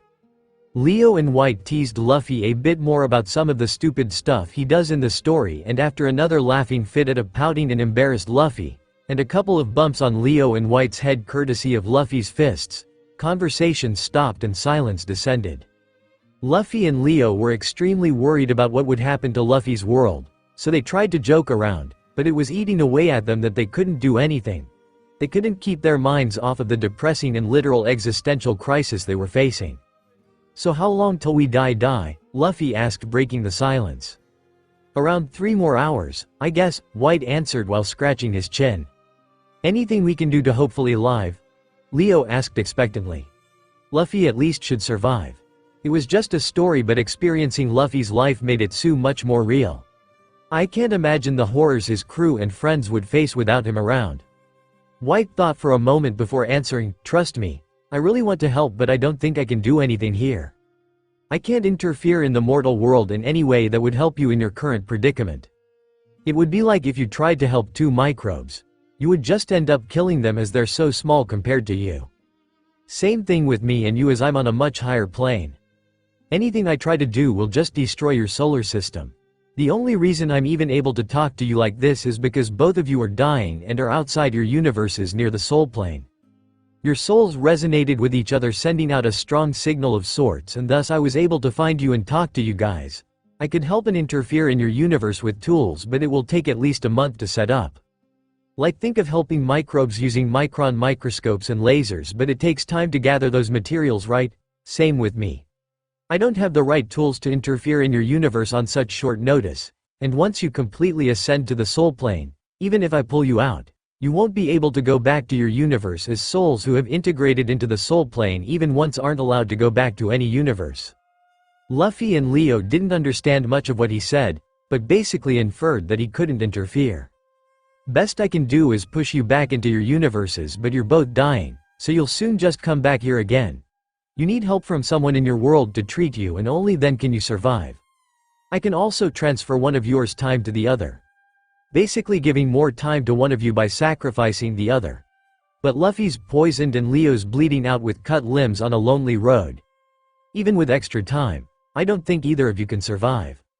Leo and Luffy nodded at that and there was another long stretch of silence as they thought of anything that could help them. Suddenly Leo perked up as he had thought of an idea. Exactly how much time will Luffy get if you give my time to him? Around 7 to 8 hours, Luffy frowned and was about to ask Leo what he was thinking but Leo cut him off excitedly. You know where you are right? With the story's knowledge now, you should be able to figure it out. Yeah I already made the connection. I'm in Mariajoy. Right outside the Pangaea castle in a death pit to be exact while the reverie is ongoing. And the bubble people were celestial dragons and the slavers were killed because I used conquerors and made the bubble woman faint. Guess they didn't realize it was you who used conquerors huh, Leo guessed. Yeah but why wasn't I killed by that celestial dragon woman herself? And even before that, why did the slavers keep me alive for so long? Did they just want me to suffer that much? What did I even do to them? Well, you were too out of it because of sea stone and starvation and couldn't process what you were seeing, but I can see your subconscious memories too. White explained. The first 2 slavers you pissed off by not obeying them took it personally. They kept trying to break you, and after a couple of weeks, it just became a sort of game for them to see who can break you first, and pretty soon, more people joined in on the game. Oh, I see, yeah, and when the celestial dragon woman saw you laughing at her, she got offended and ordered the slavers to bring you to her. When you still didn't break after that week of torture, she definitely wanted you so that she can personally break you. But after the first escape attempt where you used conquerors and made her faint, she wanted that slaver group to be punished and even forgot about you as you were their product. Thus, all the leaders of the slavers were killed and the remaining slavers didn't know what exactly had happened, so they blamed you and prolonged your torture until your second escape attempt, after which the still surviving slavers gave up. So that's what happened. Luffy nodded in understanding. That resolve is amazing, Luffy. Leo chimed in with awe. And your second escape attempt? That was amazing with a capital A. Yeah. Luffy smiled at the praise. Hope Kel and the others are safe. Yeah, hopefully. Anyway, let's get back to the topic. You also realized that the reverie is still ongoing, right? This Death Pit W story, but they are probably going to burn or bury everyone in the pit at the end. Yeah, probably. What are you getting at? It's been 3 days since you were thrown here, and do you remember what happened during the night for the past 3 days? Luffy thought for a bit and with confusion said, nothing much. They were having parties in the castle. I remember some people who were looking at us. Some even walking among us and some on us. There were some kids who were playing around too, using the slaves as toys. Yes, but I also saw some of them taking away anyone they wanted from the pit. Yeah, I do remember some people just taking any slave they want, but if you're thinking that someone will take a soon-to-be-dead lethally poisoned slave, I'm pretty sure it won't happen. If you know the right people to look for, then yes, they might. Luffy frowned, not understanding where Leo was going with this. Who? There were some nobles you recognize now, right? If I saw your memories correctly, I'm pretty sure I saw Vivi on the first day. I think she was shedding tears while looking at the pit. Oh yeah. That was Vivi. She looked so young, and she's not the only one. I saw the Germa too, Leo added excitedly. Finally realizing what Leo was trying to say, Luffy gasped. You mean get the attention of Reiju? She can heal me with her poison powers. Yes. She and her brothers have come every night, so they should be here tonight too. That's actually a really good plan, White agreed. Getting her attention should be easy, as she can probably sense if someone is staring at her, but what then? How will you convince her to save you? Not like she'll take pity and save a random slave. Leo and Luffy thought for a bit. You just have to mention Sanji, Leo finally said. Luffy had also come to the same conclusion. That's the only way he could survive here. Why not ask help from Vivi? White suggested. She's 14 now, so Crocodile has already started his plan to take over Alabasta. And she'll be going undercover very soon. If you reveal that Mr. Zero is Crocodile, she will help you in return. No, I don't think that'll work, Leo theorized. Luffy's just a random slave she found. Even if he somehow convinces her that it's Crocodile that is ruining her country, without proof, they would get nowhere, so she'll probably still go undercover. Besides, Crocodile isn't stupid. If he realized that Vivi and the royal family somehow knows his secret, he might prepone his takeover or do something worse, and the Straw Hats won't be there to stop him. Also, if he prepones his takeover, and kidnaps the king and goes to the Poneglyph with Robin, Robin will obviously tell him nothing about Pluton, resulting in him killing her. Even if he doesn't, Robin will give up on life. After a few moments, Luffy also agreed, adding, right, if we're not there to stop him, no one will come to stop him. Even if I somehow convince the king that he's the one behind it all and the king asks for help from the world government, they might take this chance to strike a deal with Croc to wipe out Alabasta because of their stupid grudge against the Nefertaris, and we might lose Robin. Too many variables. Seeing Luffy analyzing a situation brought a smile to Leo's face. His personality had definitely rubbed off on him, as Luffy was just like him when he theorized on forums about any future events whenever a new chapter came out. He smiled, thinking that at least some of him will live on in Luffy after he's gone. I see. Makes sense. White agreed after processing what they said. So, mention Sanji in front of Reiju and hope she helps. Leo concluded and looked at Luffy, who had a deep frown on his face. Knowing Luffy, he was probably thinking that this was kind of deceiving her and didn't like it. Look Luffy, I know you'll have to trick her a bit as telling her all this multiverse and comic book stuff is out of the question as it will make you look crazy. And this might seem like you're deceiving her but we've got no choice here. You have to need to survive. It's not out of malice. It won't hurt her in any way. In fact, she'll be happy to know that her brother is doing well and is happy. Leo explained trying to convince Luffy. But Leo was taken aback when Luffy looked at him as if he was stupid. I understand that already, idiot. There are way too many lives riding on this and I don't mind telling a white lie. That's not why I was frowning. Then why? Luffy gave him a small sad smile. You're the same as me. Thinking about others even at the cost of your own life. Wah! Leo was taken aback. If my time and life are given to you, you'll surely be able to survive until morning and the street where you had your accident will become relatively busier. If you have even 6 hours more, you'll be found by someone, taken to a hospital and can probably survive. You also have important people in your life who will grieve for you if you're gone. Leo averted his gaze, awkwardly massaging the back of his head. He took a few moments to think and looked back into Luffy's eyes. Well, if you have my memories, you should know that I never really fit in. Sure, I had music as a passion and would have loved to produce music for a living. I had friends who I could call on to hang out or have fun. But even then, it felt kind of empty, and after Serena was gone, that feeling only got amplified. I wasn't satisfied with such a simple life, like I wanted to do more, not shackled by physical and monetary constraints, go on adventures, not bound by stupid rules, make friends with truly amazing people. Punch the living daylights out of tyrannical rulers and throw a huge victory party afterwards with everyone you saved. You are a hero to your friends, Luffy. I know your stupid stance on being a hero, but you have to admit that throwing a victory party after overthrowing a tyrannical ruler feels really good, and that's pretty much my dream. Luffy agreed to that. He could imagine why he went around saving countries even though he didn't want to be a hero. Leo sighed, continuing, and if I took your life and went back to my world knowing full well that I denied you the chance to live our dream, it'll eat me up inside and I guarantee that I'll end myself eventually. You have my memories, so you know I'm being absolutely truthful here. I want to do all the things I just mentioned, but my world just won't allow that. Basically, I want nothing more in my life than to be you. He added the last part softly as he was blushing profusely after saying something so cheesy. Why the fuck does this sound like a damn confession? Leo screamed internally. Why the fuck does this sound like a damn confession, you fucking asshole? Luffy yelled in mock anger and smacked him on the head. Both Luffy and Leo stared amusedly at each other for a second before they burst out laughing while White was mimicking what Leo had said and was laughing his ass off too. After they calmed down, Leo held his hand out to Luffy asking for a handshake, but Luffy just ignored his hand and gave him a bone-crushing hug by wrapping his limbs around him, and he just laughed and returned the hug. Brothers? Luffy asked, and that crashed Leo's brain? Leo stared at Luffy dumbfounded. You're BR brought. He couldn't even get the words out and started gaping like a fish. Holy hell. Luffy just asked me to become his brother. This is the greatest thing that has happened to me in my life.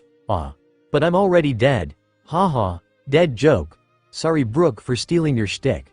Somewhere in the Florian Triangle aboard a ghost ship, a certain skeleton suddenly felt irritated for some reason. Come on, we literally know everything about each other. Let's become brothers, Luffy pressed on. Why yes. Leo finally stuttered, nodding his head vigorously. They wanted sake cups, but seeing where they were, they just pretended like they were holding sake cups and clinked their cups together and drank it, sealing their bond as brothers. Knowing that they didn't have much time and that every second Luffy could survive, Leo decided that it was time to say goodbye. Okay, no time to waste. Let's do this, Leo said, clapping his hands, and looked at White. Give me your hands, White told them both, and they obliged. White just stood there holding their hands, and after a few seconds he let go, nodding with a huge smile. Done. Leo, you'll start disappearing in a couple minutes, and Luffy, you'll wake up in your world soon after.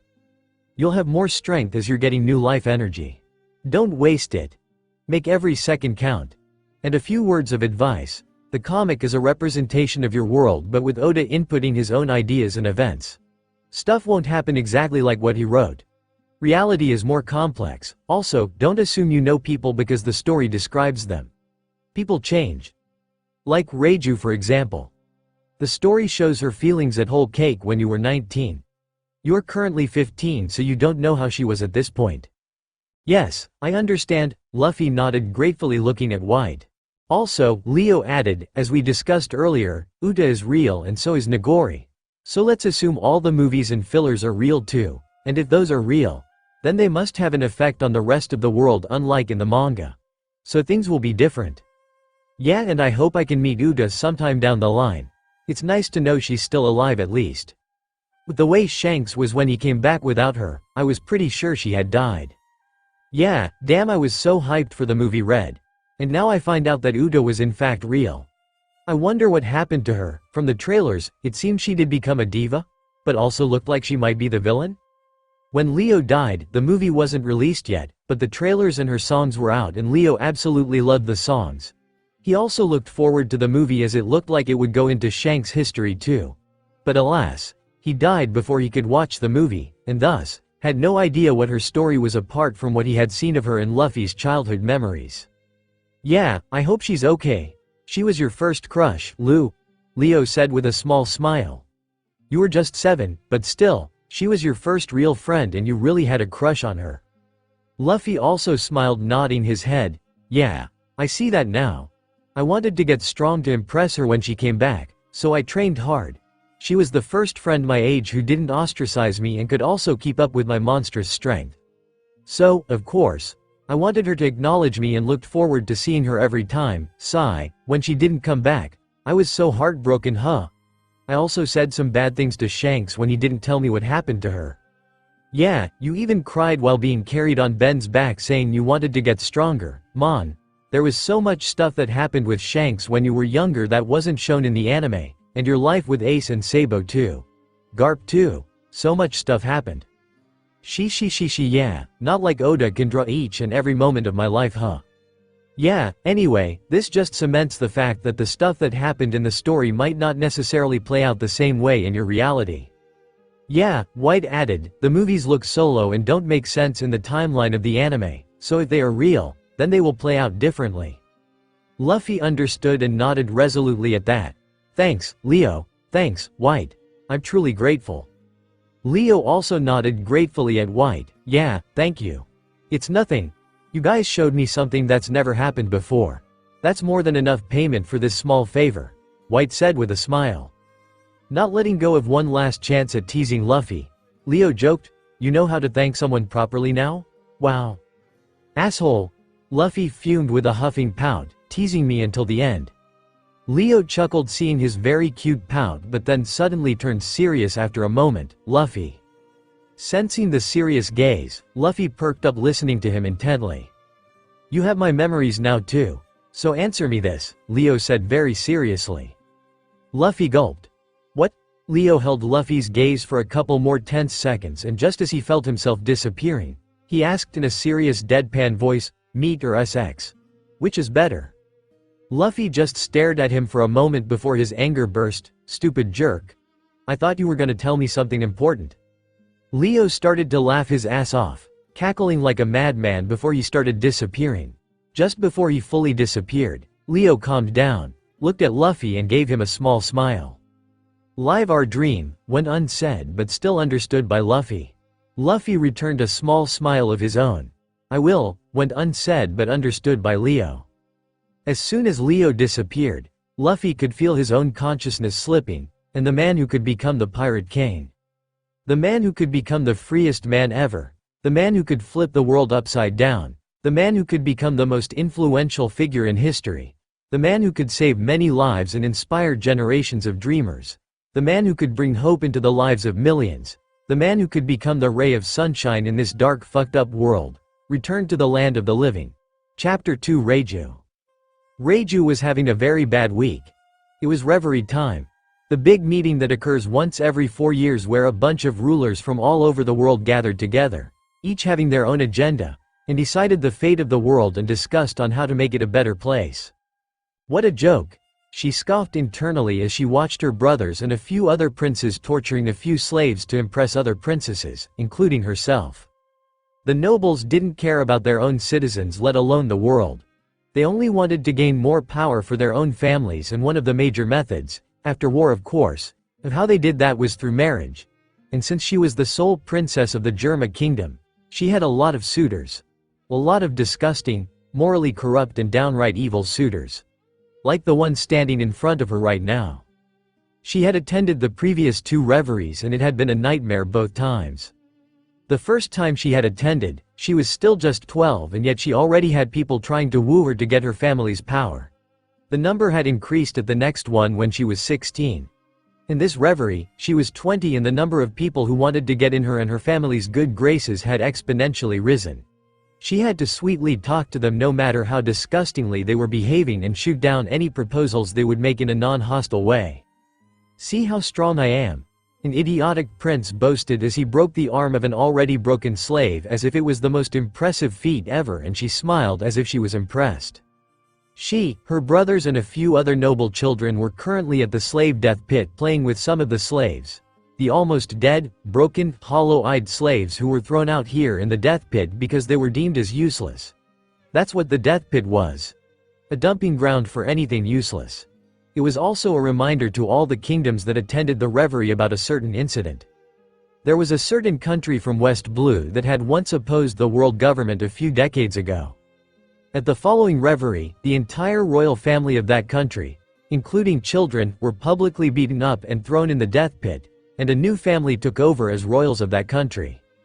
The old family was labeled as traitors for an entirely unrelated matter and thus were given the death verdict by the celestial dragons and thrown in the death pit, but everyone knew that it was all made up. That family was killed because they had opposed the WG, were deemed as useless by them, and thus were thrown into the death pit. Since then, the death pit became an unspoken threat and a reminder to all the attending kingdoms that if they ever opposed the WG, then they too would be deemed as useless and their family would face the same fate as the slaves in the pit. They could argue and discuss matters, sure, but if they ever outright opposed the WG, then they would find themselves in the death pit. Most nobles didn't care about it though, as they never had any intention of opposing the WG, and most of them, especially the younger generations, just treated the death pit as a playground where they could play with slaves. Just like the ones Reiju was with currently, who thought breaking a couple of bones of a person who didn't even fight back was a superhuman feat which deserved all the praise in the world. Reiju sighed internally as she looked around the pit and saw that a few other nobles were also manhandling the slaves.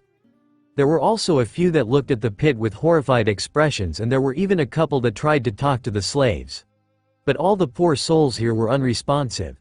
She could understand why, as these slaves had been through a lot and had given up on life. All they wanted was the sweet release of death and escape from their hellish lives. Reiju focused her gaze back to the idiotic prince when he started boasting about how he had 1,000 slaves back in his kingdom, and she nodded with a smile as if she was impressed and interested. She also overheard her own brothers boasting about all the ways they had tortured people to impress the other princesses with them.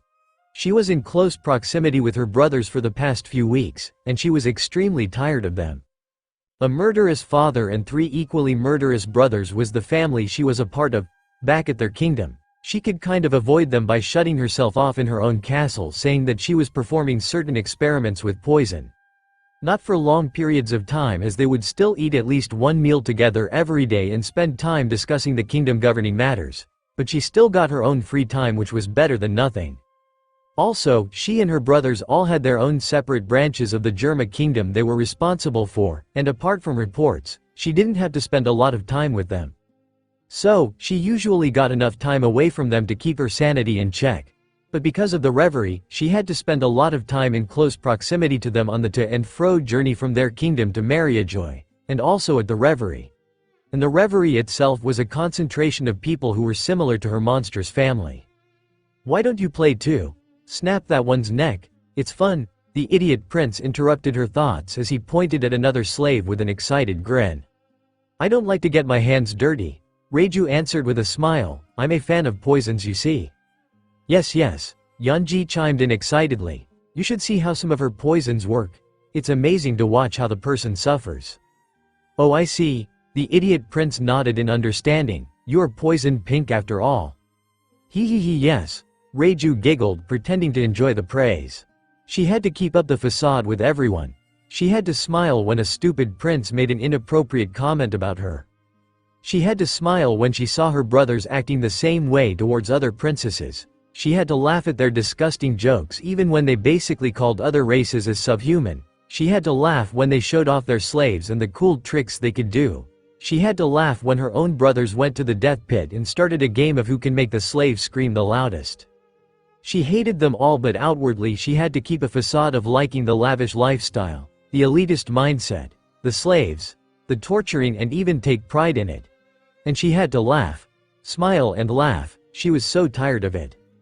She just wanted to get away from it all, but she couldn't. She wanted to run away like her only sane brother did. But she knew her father well enough to know it wouldn't work. Judge valued her too much to just let her get away. He would send armies after her if she ever tried anything like that, and so, the only way she could escape from it all was through death. And besides, as much as she hated it, she was a monster herself who did whatever her father ordered her to do because she was engineered to follow his every order. Be it torturing and killing a single man, or hordes of men, she did it without the slightest bit of hesitation. She was a cruel, cold monster who could kill even a child without a second thought if her father ordered her to do it. So ultimately she was just like her father and brothers.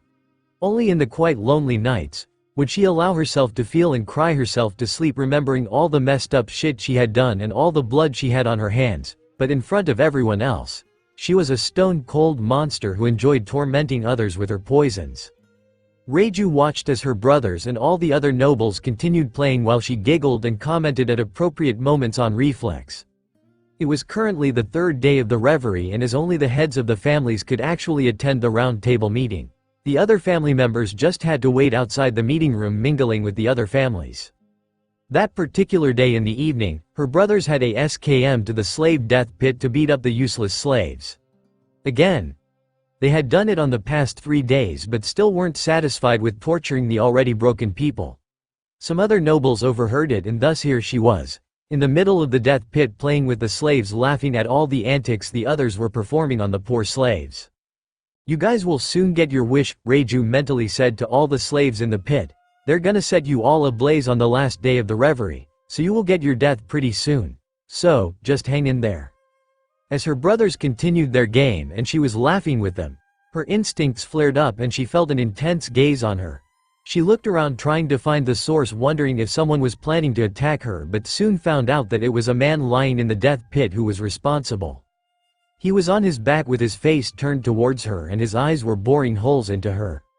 He had cuts on pretty much his entire body, had dried and fresh blood mixing around his open wounds causing a blood sludge of sorts, was shirtless and his blue shorts was torn in most places that it was barely holding together, and his hand was clutching a straw hat. What caught her attention the most were his eyes. They were resolute and unyielding, unlike the rest of the others in the pit. She could feel power and a will to live behind those eyes. And he was gazing right at her. Feeling slightly intrigued, she made her way towards him, which caused the lips of the man to turn slightly up. He smiled, feeling even more intrigued. She started observing him more carefully the closer she got to him. Pretty much his whole face was covered in red. Dried blood, no doubt. He was fairly short and she couldn't see his complexion because of all the blood on him, but the parts of his skin that were visible was purplish. She made the conclusion that he was probably poisoned as she finally reached him. He was still staring at her with a small smile as his mouth started quivering a bit. He was trying to say something, but either the poison seemed to be affecting him or he was just that tired. Reiju just waited for him to muster up the energy to talk. Help, the man finally managed to mutter.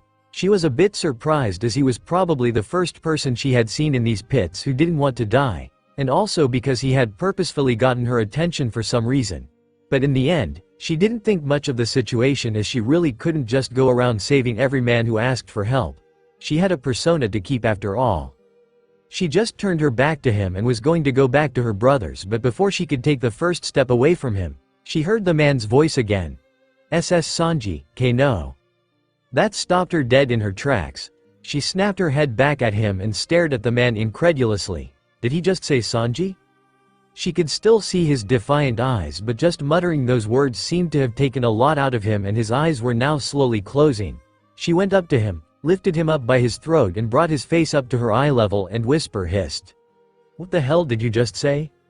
The man just stared back with half-lidded eyes and his lips quivered slightly as he tried his hardest to speak. "Kane no, S-san."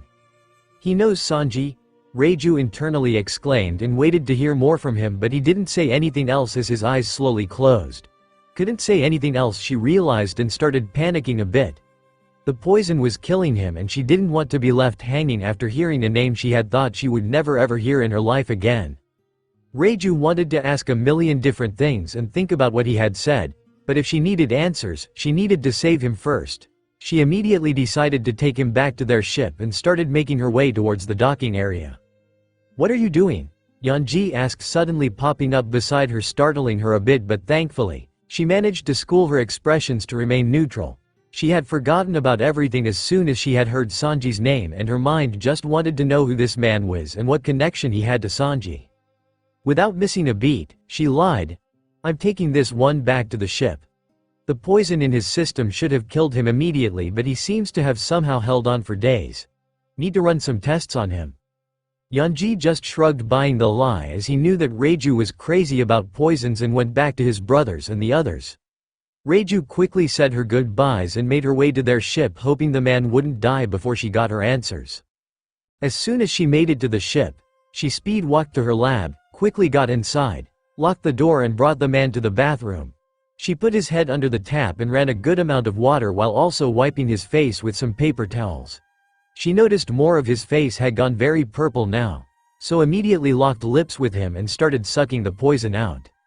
She sucked for a full minute as her powers worked, the poison traveling from the man's body into her own. Her body was genetically modified to handle poisons, as it would break down the poisons into simpler elements and immediately create antibodies to combat it, so she wasn't in any danger. She also recognized the poison by its taste. It was a lethal poison that would slowly kill the person over a few days, that was usually used to make sure that a person died a slow and painful death. She sucked and licked all the poison out before breaking the lip lock and blew out some of the gaseous toxins. That was tasty, she thought, licking her lips before looking down at the man's relatively healthier face as it slowly regained its color. And it was only then that she noticed how young he looked and realized he was just a boy of at most 16. She saw all the scars, burns, puncture wounds, broken bones, the sea stone cuffs, and grimaced at the sight. He had been tortured a lot over many months, judging by how old some of the wounds looked. She decided to patch up some of the more serious wounds a bit so that he would have a better chance at living. It took an hour for her to clean and stitch up many of the serious wounds, and once done, she placed him on a desk in her lab. It was only after she was done that she finally sat down and took a minute to think about the whole situation. A random discarded slave had gotten her attention specifically and told her he knew Sanji. Assuming that he did in fact know Sanji, or someone who he thought was Sanji, had the boy just happened to spot a family member of Sanji at the moment of his death? She finally noticed how weird the situation actually was. The amount of chances that led to this would have to have been insane. First, the boy had to know Sanji. Second, he had to know that Sanji was actually a Vinsmoke who was disowned. Third, he had to end up in the slave pit in Mariajoy of all places. Fourth, he had to spot her and her brothers and realize they were related. And lastly, he had to specifically get her attention and not the other brothers, who wouldn't have given a second thought even if he had muttered Sanji's name. That scenario was assuming he was just a normal boy who unfortunately got enslaved. She thought about another scenario where he was specifically sent here by Sanji. Sanji could have told him all about himself, about the Vinsmokes and the reverie, and the boy was here to convey some message to her from him. But she quickly dismissed the thought, as no one sane enough would have put themselves through that much torture just to end up almost dead in the death pit and be picked up by her. There were a ton of better ways to reach her. Another scenario was that he was a spy. Again, the fact of someone willingly putting themselves through that much torture seemed insane. But she had seen some people who would actually go through worse things if they believed in something bigger. CP agents were a perfect example of this, as she had seen share own lives without a care if it meant serving the world government. So, he could be a spy, Reiju concluded, and then began starting to wonder what his goal could be. Learning that the third prince of Germa wasn't dead, why would anyone even suspect that in the first place? And what would that even achieve? Someone found Sanji and are now going to blackmail the Germa by holding him hostage? Yes, that could be a very real possibility. They could be doing this thinking that Judge actually gave a shit about Sanji and think they could blackmail the Germa by holding him hostage. But then again, why would they even get their attention in such a manner? Sending a boy, who had very clearly undergone severe torture, to negotiate with them? There were a million different ways that they could have used to discreetly get their attention. Reiju's head was going through all sorts of possibilities.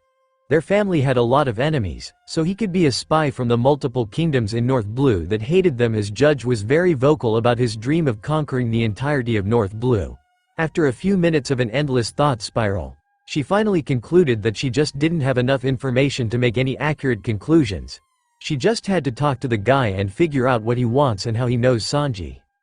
She frowned when she realized that the boy wasn't going to wake up anytime soon, and she also didn't want to seem desperate to find out about Sanji in case he really was a spy.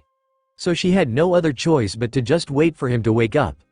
She chained him up to a desk so that he couldn't escape or try anything, then picked up a book, took a seat in her favorite comfy sofa chair and started to read as she waited for the boy to regain consciousness. Luffy slowly opened his eyes, blinking repeatedly to clear his hazy vision, and laid eyes on an unfamiliar stone ceiling. He tried to sit up hoping his body would move, and fortunately, his body was responsive now. As he sat up, he realized his hands were chained up to a desk and also noticed a pink-haired woman sitting in a chair across the room from him who had clearly fallen asleep with a book in her hand. He looked down at himself and saw several layers of bandages wrapped around pretty much his entire body. So, it worked. Reiju actually saved me, he cheered with a smile. He had waited patiently for 6 hours, without moving a muscle to conserve his energy before he finally caught a glimpse of her. After successfully catching her attention and using all his energy just to mutter a few words, he had lost consciousness hoping that she would save him, and it had worked. Luffy looked around and noticed that the room was some kind of laboratory with all sorts of vials, beakers, chemicals and other chemistry equipment, and also a ton of books. Probably Reiju's lab, he inferred. His hand first went to his head, and not feeling the rough texture of his hat, he started looking around for it everywhere before he spotted it on a desk at the opposite end of the room. He reflexively tried to launch his hand to grab it, but he still had sea stone cuffs on his wrists, so his arms didn't stretch, making him sigh in annoyance. He let it be for now as he turned his eyes back to Reiju and saw that her eyes were now wide open, studying him curiously. Apparently, she had woken up at some point, or she was never sleeping in the first place and just wanted to test what he would do if he found her asleep. Hi, Luffy greeted with a smile, raising his hand. Reiju, who had just pretended to be asleep to see what he would do just like Luffy had predicted, studied him curiously. She wanted to see what he would do first upon waking up and saw that he looked for his hat first, then tried to punch something. Luffy continued when she didn't say anything. First of all, thank you for saving my life, and also for treating my wounds. He muttered in a raspy voice, his mouth very dry, while bowing gratefully to her. Seeing that he was struggling to speak, Reiju poured him a glass of water and offered it to him, which Luffy gratefully accepted and gulped down. So who are you? Hi, I'm Luffy, future Pirate King. Nice to meet ya, Luffy greeted with his signature D grin. You're a pirate? Reiju asked, surprised. Well, a pirate wasn't something she had thought of in all her delusions of who Luffy could be. She didn't care about the Pirate King claim, though, as a lot of pirates claimed that they were gonna become the Pirate King, and they all were delusional idiots without strength who would either break or die when they saw the real world. Besides, he was just a boy and wasn't all that strong, so she didn't take his claim seriously. The way he had said it, as if it was just an offhand thing, did intrigue her, but she didn't give it much thought. Not yet. I'm gonna set out at 17 inches, okay, so why did you say, Sanji? She honestly wasn't interested about his life and just wanted to know why he had said Sanji's name. I was a bit out of it, so I don't know what I managed to mutter. What did I say? You just said, help, no, and Sanji. That's it? Wow. Well, at least I managed to say that much. Reiju just stared at him, waiting for him to continue. She was getting impatient as she was dying to find out if this boy knew her brother, but didn't let her desperation show on her face.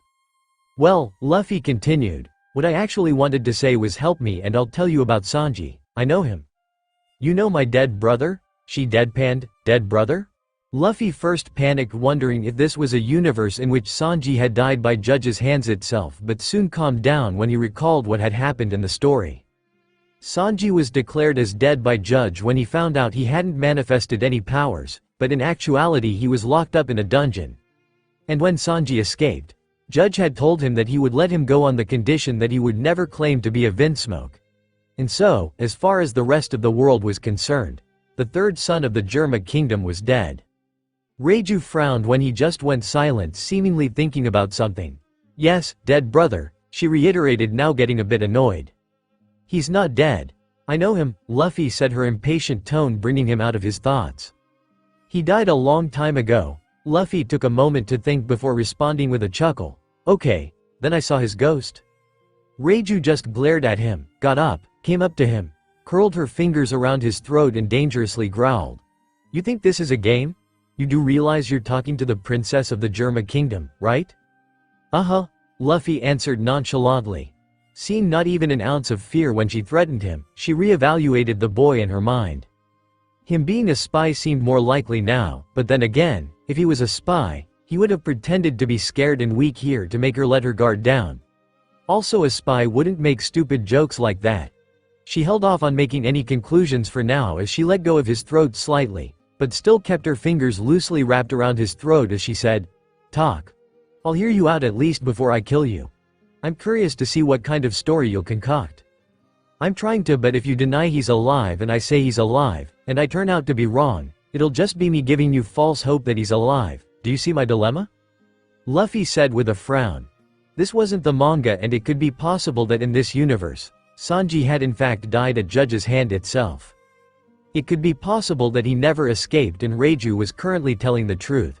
So, he did not want to give false hope to Reiju, but judging by how she had reacted when she had heard his name back at the pit, he was pretty sure the events in the story had happened and Sanji had escaped. But he wasn't a 100% sure, so he tried to get her to talk more to judge whether he had escaped or not, but she just got annoyed by him instead. No, I don't.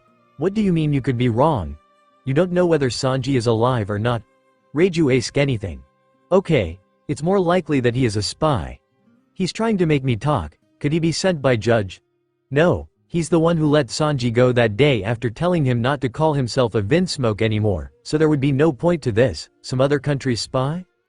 The day she had helped Sanji escape, she had also overheard the conversation between Judge and Sanji. When she saw that Sanji was seemingly caught by Judge, she had quickly run towards them but hid behind a building when she heard her father saying that he'll let him go if he disowned his family name. She was honestly happy for Sanji as she knew he didn't want to associate with their family either. So Judge sending Luffy as a spy to probe if she knew Sanji was alive or not was meaningless. Besides, she had acted as the perfect child in front of him and had his complete trust. Reiju had a steely, calm look on her face, but her mind was in turmoil thinking about all kinds of scenarios of who Luffy could be. I might have seen him, Luffy said, bringing her out of her thoughts. That's not possible, Reiju reiterated again before tightening her hold around his neck. Who are you working for? And what's your goal here? Luffy didn't want to really trick her, but he saw that he was making her life harder by making her think he was some kind of spy. She was no doubt thinking that he was some spy from the world government or some other country. If he revealed all the higher dimensional being and comic book stuff with no proof, he would only be making her more paranoid and wary of him. So, he decided that he had no choice but to tell a white lie. He didn't like it but decided he would come clean later. Listen, Reiju, just hear me out, will you? You can check me for any listening devices. You can take me to some random place so that you're sure no one else is listening. You can poison me and hold the antidote over my head. Do whatever the hell you want. I'm not working with anyone and all I'm trying to do here is to get help to escape this place.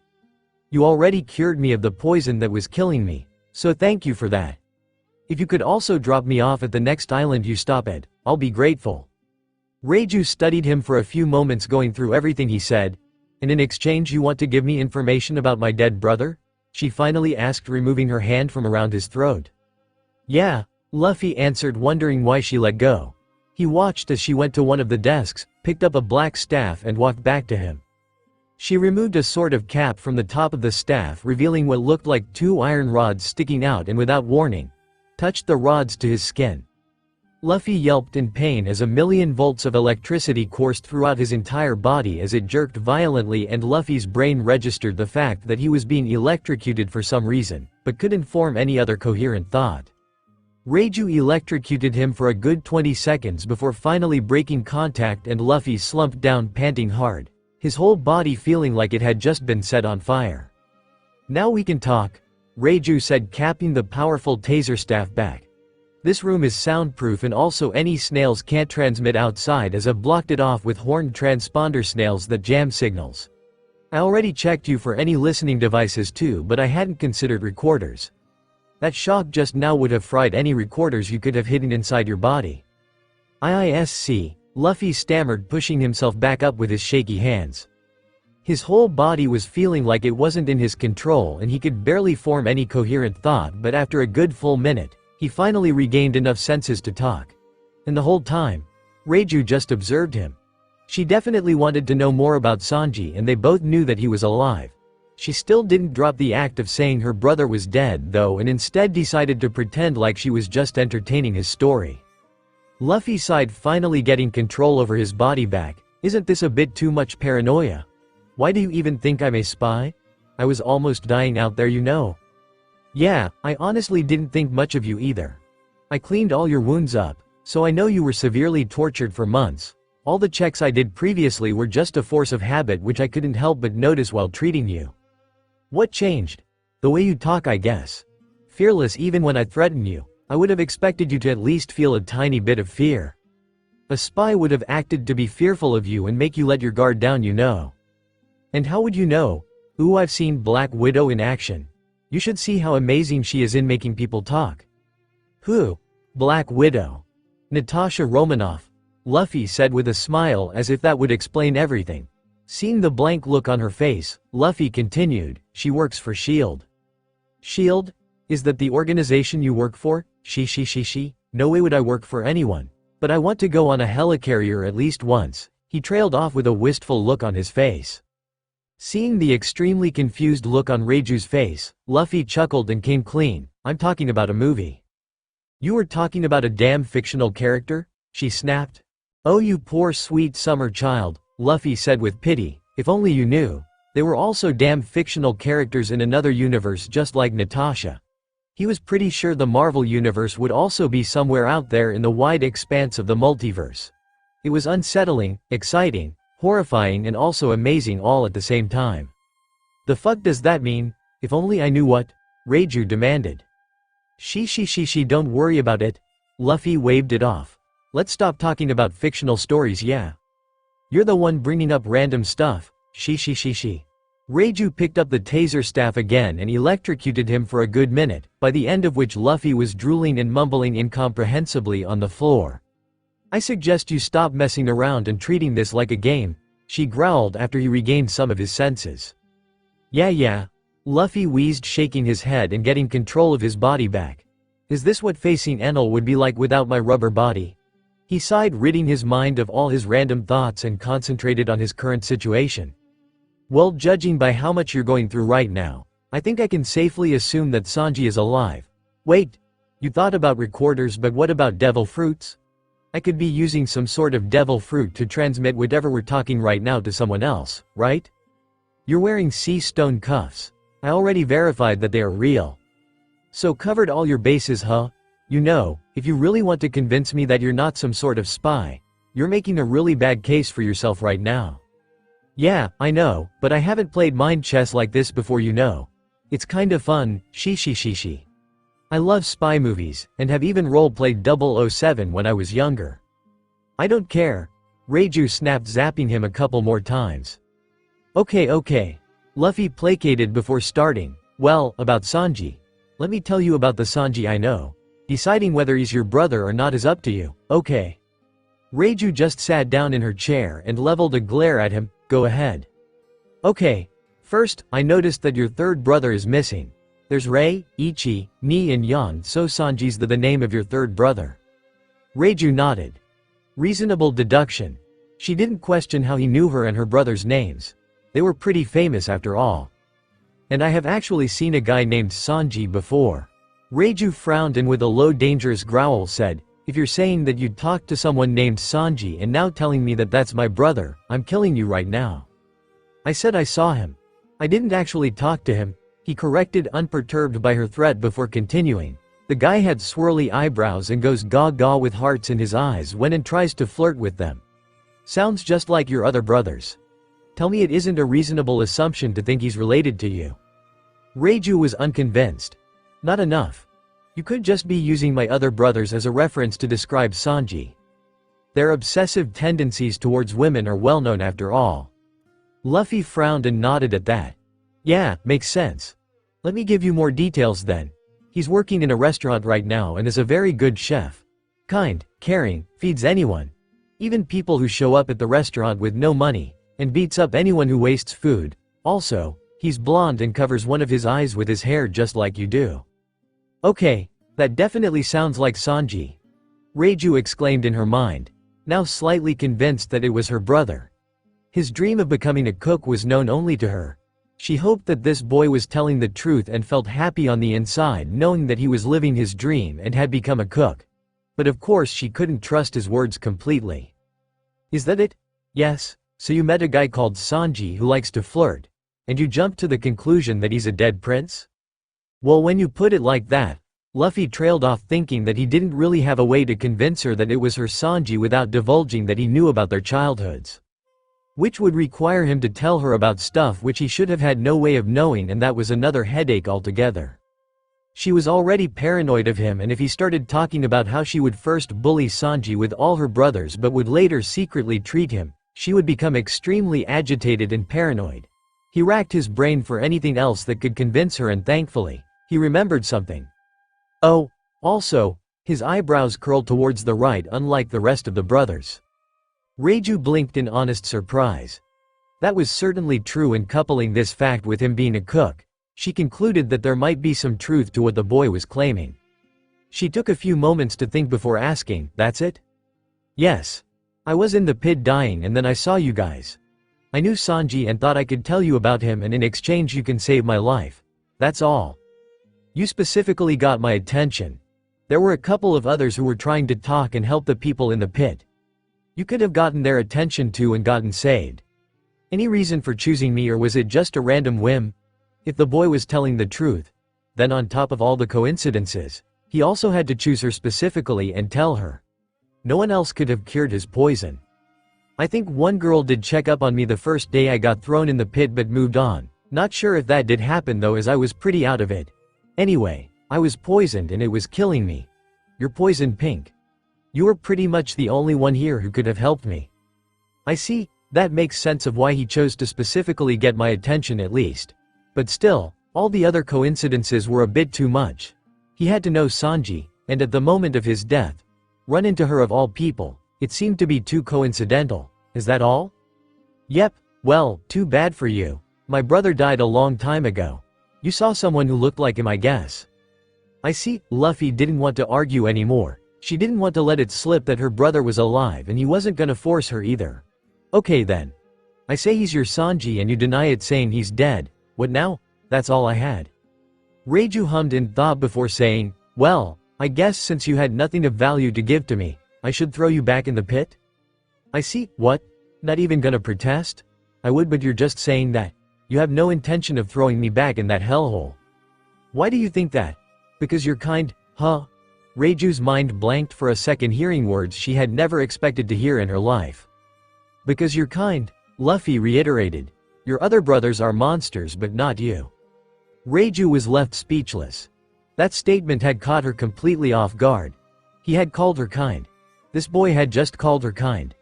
This boy who had seen her torturing the others at the pit and electrocuted him so many times had just called her kind.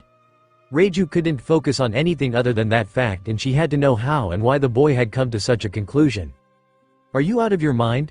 What makes you think I'm kind? I was laughing while my brothers were torturing those poor souls and you just called me kind. Did you also forget I just electrocuted you a few minutes ago?" Luffy grinned. "See? That just proves my point. What? Just now, you called them as poor souls. Any other asshole here would have called them as slaves, toys, playthings, but you, on the other hand, didn't dehumanize them. Reiju just sat in stunned silence, cursing herself for her blunder. I observed you guys and the others a lot. Luffy continued, not giving her a chance to spiral into any conclusions. Couldn't do much considering I couldn't move. I saw you yourself didn't torture or play with any of them and just laughed at what your brothers were doing, which was horrendous by the way. The first day I saw you, I did think that you were just like all the others too, but also noticed that you didn't participate and just watched. I had chalked it up to you not liking to touch dirty slaves and all, but considering how you treated me, he said, pointing at all the bandages wrapped around him, that's not the case at all. You just don't like this whole thing. Period. And to prove my point further, you called them as poor souls. You're kind. Reiju was left speechless as she didn't know how to respond to that. People had called her many things before: heartless, monster, inhuman, but never kind. She herself believed that she was a heartless monster as she had done a lot of things she wasn't proud of because of her family, and she felt that she deserved those titles. But kind? She just sat there staring at the smiling boy, not knowing how to proceed with the conversation. Wait, is this some sort of new technique? Yes, that must be it. He's appealing to my humanity to get close to me. He's good. Probably trained by the world government. A CP0 agent maybe. Need to make him mess up and reveal himself. Reiju was making all kinds of assumptions in her mind and thinking of all sorts of ways she could extract the truth from him. Not seeing any further movement from Reiju, Luffy just shrugged and started looking for any food in the room. He saw some chocolate bars on a nearby desk, so moved to pick them up. Seeing him move, however, alarmed Reiju, as she instantly went on guard and yelled, "What are you doing?" Luffy, who was reaching out to the desk with the chocolate bars, froze midway and stared at Reiju with a sweat drop. I just wanted those chocolate bars. Are you really that scared of me? I'm like, not even a quarter as powerful as you, or even in my best condition. Reiju actually felt embarrassed on the inside as she had overreacted, but she couldn't help herself. Her mind had been thrown off by his comments and was running wild with all sorts of scenarios of who Luffy could be, and when she saw him move suddenly, she became alarmed.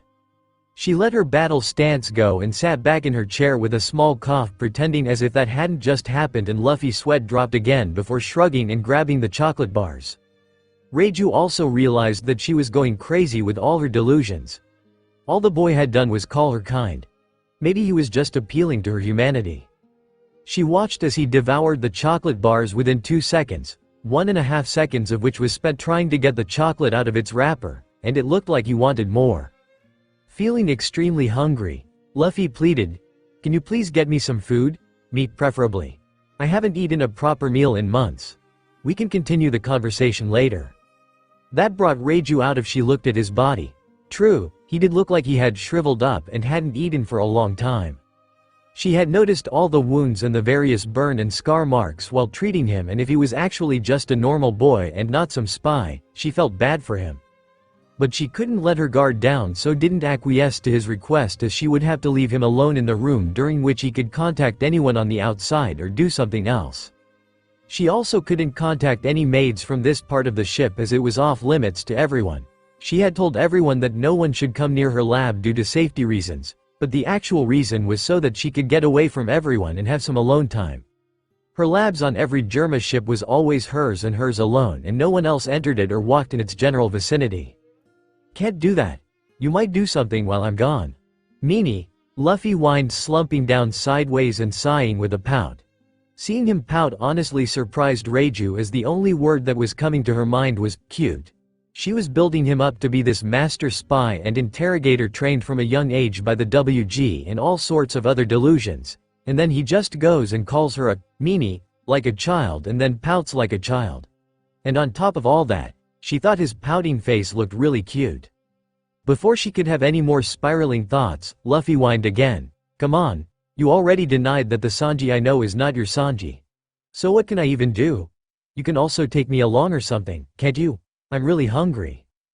Reiju sighed, seeing his pitiful whining state, and gave in.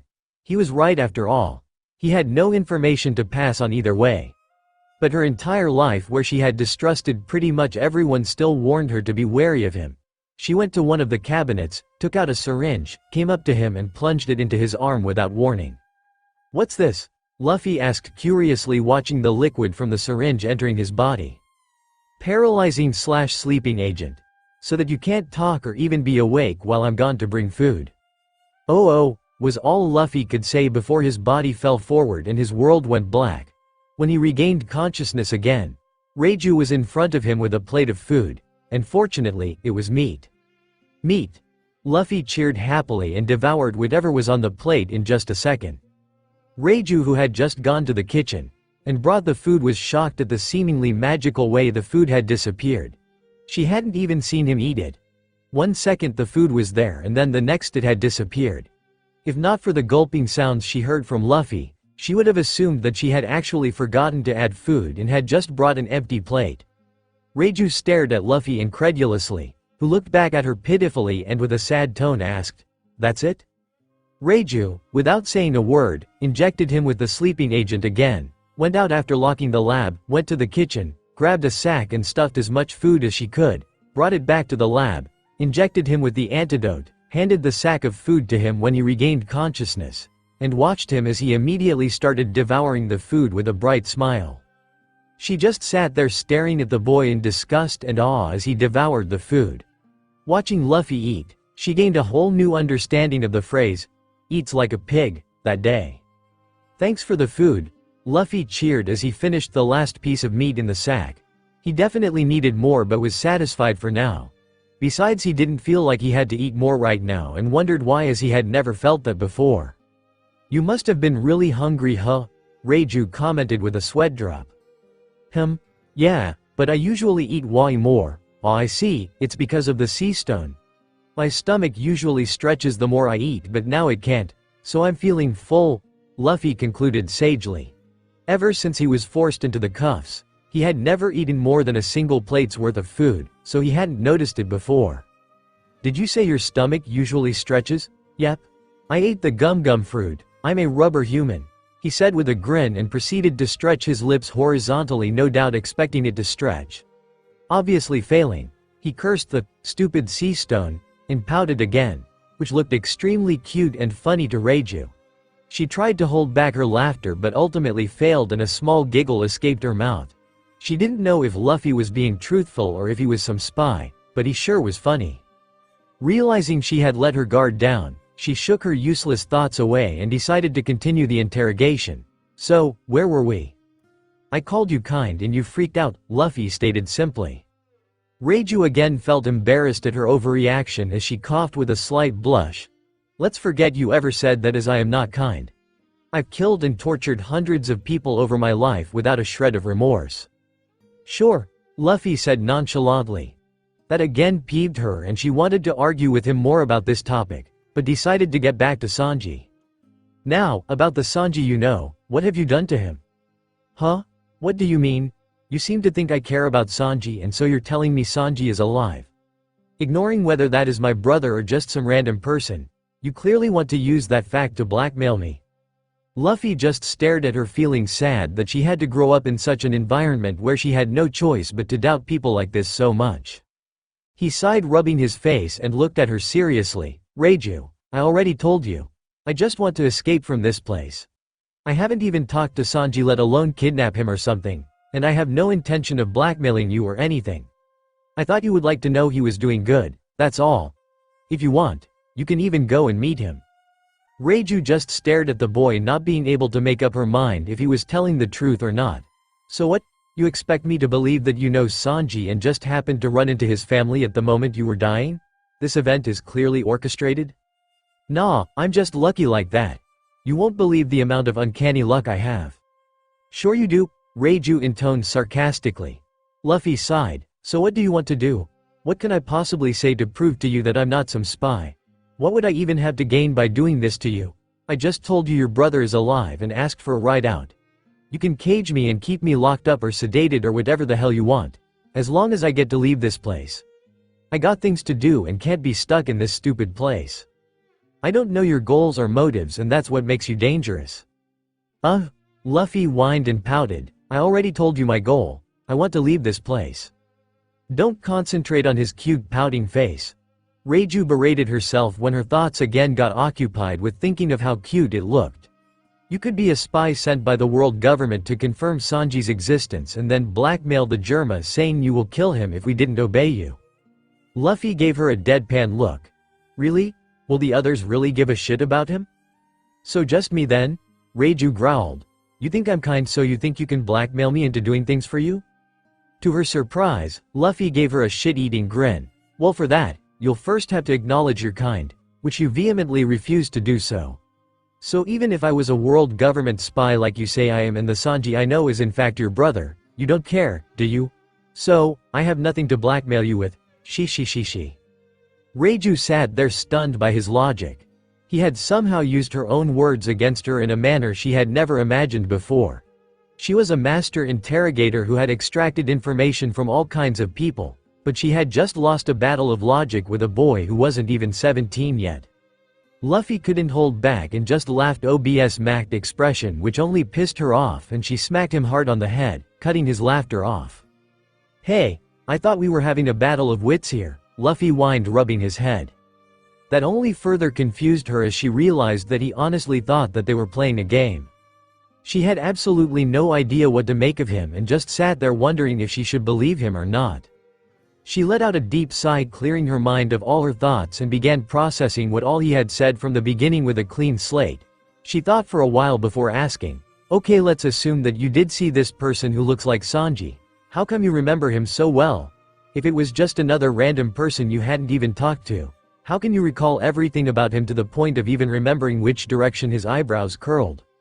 He's not some random person, he's a part of my crew." "Huh? He's my cook? Wait, what?" Reiju was once again gobsmacked. Her brother was a pirate now? And follows this boy as his cook? Before she could think more about it, she soon found a chink in his story and internally smiled, finally catching him in a lie. "He's a part of your pirate crew, is he?" Reiju asked, holding back a smug smile.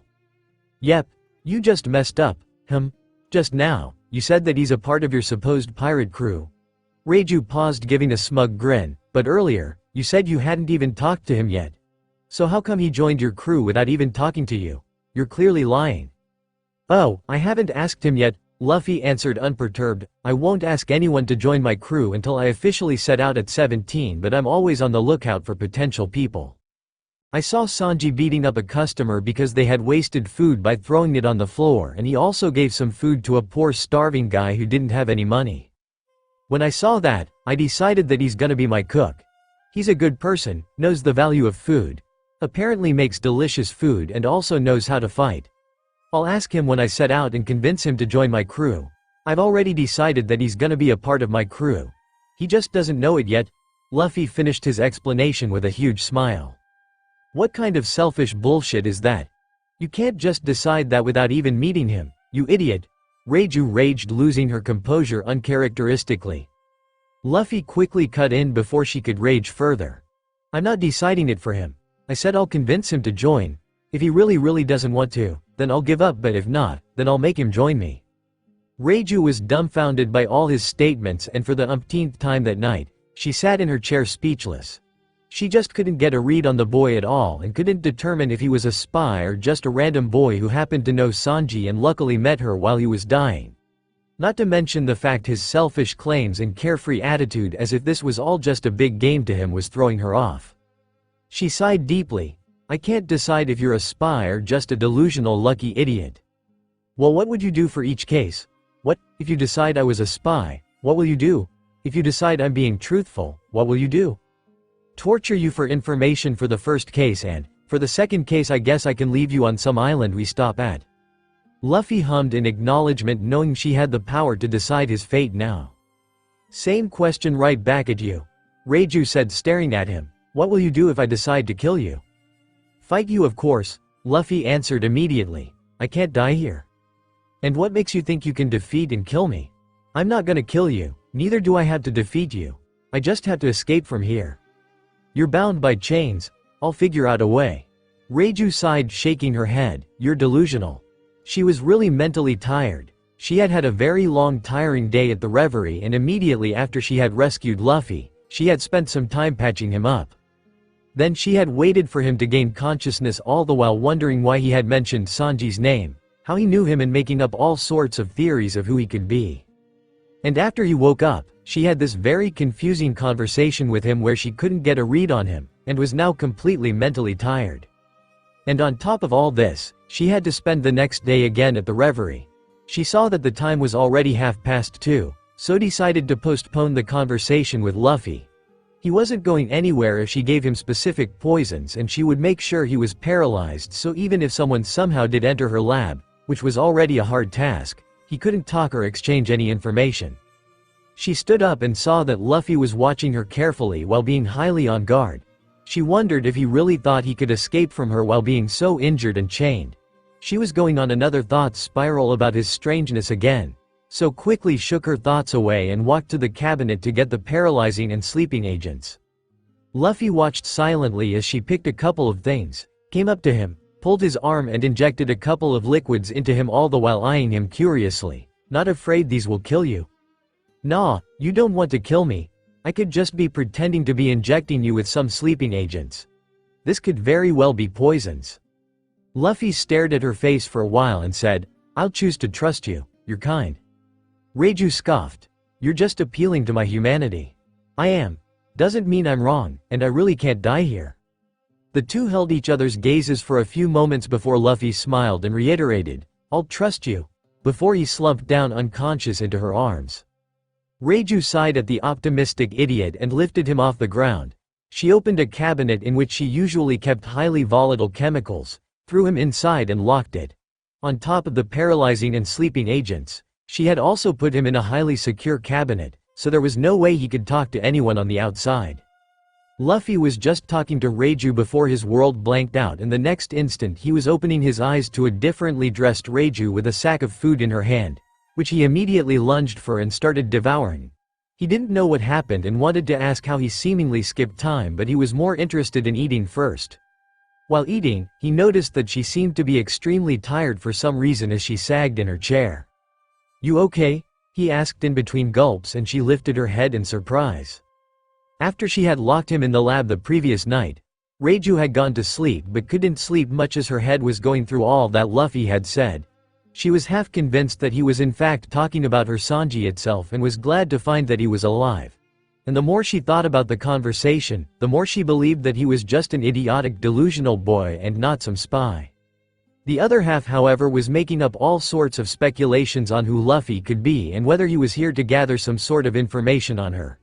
She had spent the entire night thinking of what any faction could gain from Sanji being alive and telling it to her, but apart from holding him hostage and blackmailing her, she couldn't come up with anything else. She couldn't sleep a wink all night, and before she knew it, it was morning already and she had to go to the castle again. After a morning meeting with her family where Judge relayed what all had happened during the previous day, she had gone back to the castle to meet with all the horrible nobles again. Fortunately, the idiot prince who was trying to court her the previous day had found someone else and wasn't behind her anymore, so at least that was a silver lining. But then the noon party where she was swarmed by other elitist princes and princesses while she had to act like an elitist throughout. As soon as evening arrived and people were free to leave without it seeming rude, it was socially acceptable to not attend the night party as people usually hooked up. She excused herself to go back to the lab. Her brothers asked her to accompany them to the pit again, but she just said that she had found an interesting slave on whom poisons worked differently and she was returning early to run tests, and they relented. She wanted nothing more than to soak in a hot bath and sleep until the next morning, but she also badly wanted to interrogate Luffy further and decide if he was a spy or not. Thus, she was here in her lab, not forgetting to bring enough food on her way, watching him eat with disgust. "You okay?" Luffy asked again, now pausing and staring at her when she didn't answer. Yeah, she dismissively waved it off with a tired sigh. "That bad of a day, huh?" Luffy looked at her with pity and with great reluctance offered her the piece of meat he was holding. "Here, you can have some of my meat if you want." Reiju just stared at him dumbfounded. "You do realize that I brought the food to you, right? So, I'm eating it, so it's mine. And I'm sharing. Here, eat up. Meat always cheers people up," he said, shoving the shank of meat as far as he could considering he was chained up. "No, thank you. I already ate, your loss." Luffy shrugged and went back to devouring the food while Reiju watched with bewilderment. "What's wrong with this idiot?" Luffy finished and clapped his hands in happiness. "Thank you for the food." He then looked at her and asked something that was bugging him. What did you give me last night? One moment I was seeing you and the next I see a day has already passed. I don't even feel like I slept, it's almost like I time skipped. It's a special sleeping and paralyzing agent I concocted. It deprives all your senses as soon as it enters your bloodstream and you won't even feel anything until I inject you with the antidote. You won't even realize you had fallen unconscious or how much time has passed. I use it as a torture method when I'm pressed for time. I inject a person with this, change the date and time on the clock, change my dress, and then wake the person up. I do it enough times and I can make the person think that weeks or months have passed when not even a week would have actually passed. Whoa, that's kinda neat. It's like a sensory deprivation tank but with just injections, huh? Cool.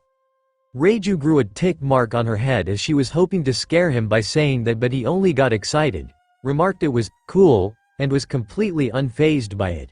She realized that she was going to get a massive migraine if she tried analyzing this boy, and was starting to realize that Luffy was an enigma no one could solve. Enough about that, Reiju grumbled, annoyed. Let's get back to the conversation. Tell me about yourself. Is this a job interview? Luffy deadpanned with an unimpressed gaze. Ask a better question? She felt like snapping his neck and be done with him as he was really treating this like a game, but held herself back and breathed out slowly before asking, what's with the hat? She watched in glee when she saw him flinch slightly and a smug smile spread across her face. Don't think I haven't noticed that the first thing you did upon gaining consciousness each time was discreetly glance at that hat. She had seen him do this discreetly every time she had woken him up, and had even checked the hat when he was asleep, but didn't find anything special about it. It was just a simple straw hat. Luffy sighed as he ran his fingers through his hair. Well yeah, should have expected you to catch me, huh? The slavers never caught me, so I thought I could fool you too. What do you mean? That hat is my greatest treasure. When I was initially caught, I realized that they were trying to see if I had any weaknesses, and I knew that if they ever knew how much I cared about my hat, they would definitely use it against me. So, I acted very casual about it and never once let it slip that it was anything important. I just let it be in my cage if they ever dragged me out and kept it out of sight as much as I could, and thus, it's here with me now. Reiju had gotten up and grabbed the hat while he explained and was studying it carefully, seeing if she had missed anything. What's so special about it? She asked, twirling it. It represents a promise. I promised the man that gave me this hat that I would become a great pirate, recruit the greatest crew ever, and after reaching the top, return it to him, he said, reaching out for it. I see. So, a sentimental treasure then. She nodded and handed it to him. She could take it back anytime she wanted, so didn't mind giving it to him. She watched as Luffy's face split into an impossibly huge D-shaped grin as he put the hat on his head, and even she felt that the hat belonged on his head. Thanks. Anyway, we're at a sort of impasse here. You say you saw someone that looked like Sanji, and I say that Sanji is dead. Yeah, so what else can you give me? What else can you give me so that I don't see saving you as a total waste of time? I've already saved you, so I might as well use you as my own slave? I'm nobody's slave, Luffy answered instantly. Well, you don't have a choice, do you? I hold your life in my hands after all. I can use you any way I want. Luffy knew it was all an act as she really wasn't cruel, so just shrugged and said, I don't mind helping you with things. What do you want me to do? Reiju wanted to really get back at him as he was partly responsible for her bad mood, so she decided to make him flustered. Lick my feet? She drawled suggestively, sticking out one of her legs towards him, which was completely bare as she was wearing a very short dress shirt. Luffy was sitting on the floor with his back to a desk to which he was chained to, and she was in a sofa chair directly opposite him, so her stretched out leg was almost on him and he got a very clear view of everything. In Reiju's mind, he was going to blush profusely, stutter, gulp, avert his eyes, but also steal secret glances, and altogether become very flustered, after which she would reveal it to be a joke and ask him if he really expected something like that to happen, and she could tease him about it relentlessly. He was still a boy after all, and boys his age were very interested in the opposite sex. And not to seem egotistical, she knew she was insanely and sensually hot, so of course she expected him to get flustered. She really wanted to get back at him as he was partly responsible for the bad mood she had been in since the previous day, and thus tried to make him flustered, but reality turned out to be different. I'm sorry, but I'm not interested in you. Luffy responded with an honest apologetic expression. I guess you're hot, but I don't care. I don't have a foot or leg fetish either. Reiju awkwardly kept her leg up for a couple of seconds as the two stared into each other's eyes, before she slowly retreated it back without a word. There was a very light pink hue sporting her cheeks due to embarrassment as her plan had backfired. She had never done something like this and had just done this on a whim so that she could see him getting flustered and tease him about it. But the big honest eyes, no hint of a blush, genuine apologetic expression made her feel like a pervert, and she chose to forget that this event ever happened. I was just kidding, she mumbled softly, knowing it sounded like a lame excuse now. Sure, Luffy answered nonchalantly, which only made her more flustered, and much to her further embarrassment, he added, I can kiss you though. I'm pretty great at kissing if I do say so myself, and I don't mind kissing anyone. She coughed a couple of times before quickly changing the topic. So how did you get caught anyway? Luffy gave an internal sigh of relief before answering. I dozed off while fishing near my island, and when I woke up, I couldn't see my island anywhere. 2 days of random rowy ship and rocketed myself there. I ate some food they gave me, and the next time I woke up, I was in a sea stone cage and cuffs. Wait, you rocketed yourself? That's what I call when I slingshot myself over distances. Right. Rubber fruit. Yep. Okay, continue. That's all I guess. I was enslaved for a few months, and a few days ago, they got tired of me and finally threw me out after poisoning me. Tired of you? Who got tired of you? The slavers? You weren't sold to anyone? Nope.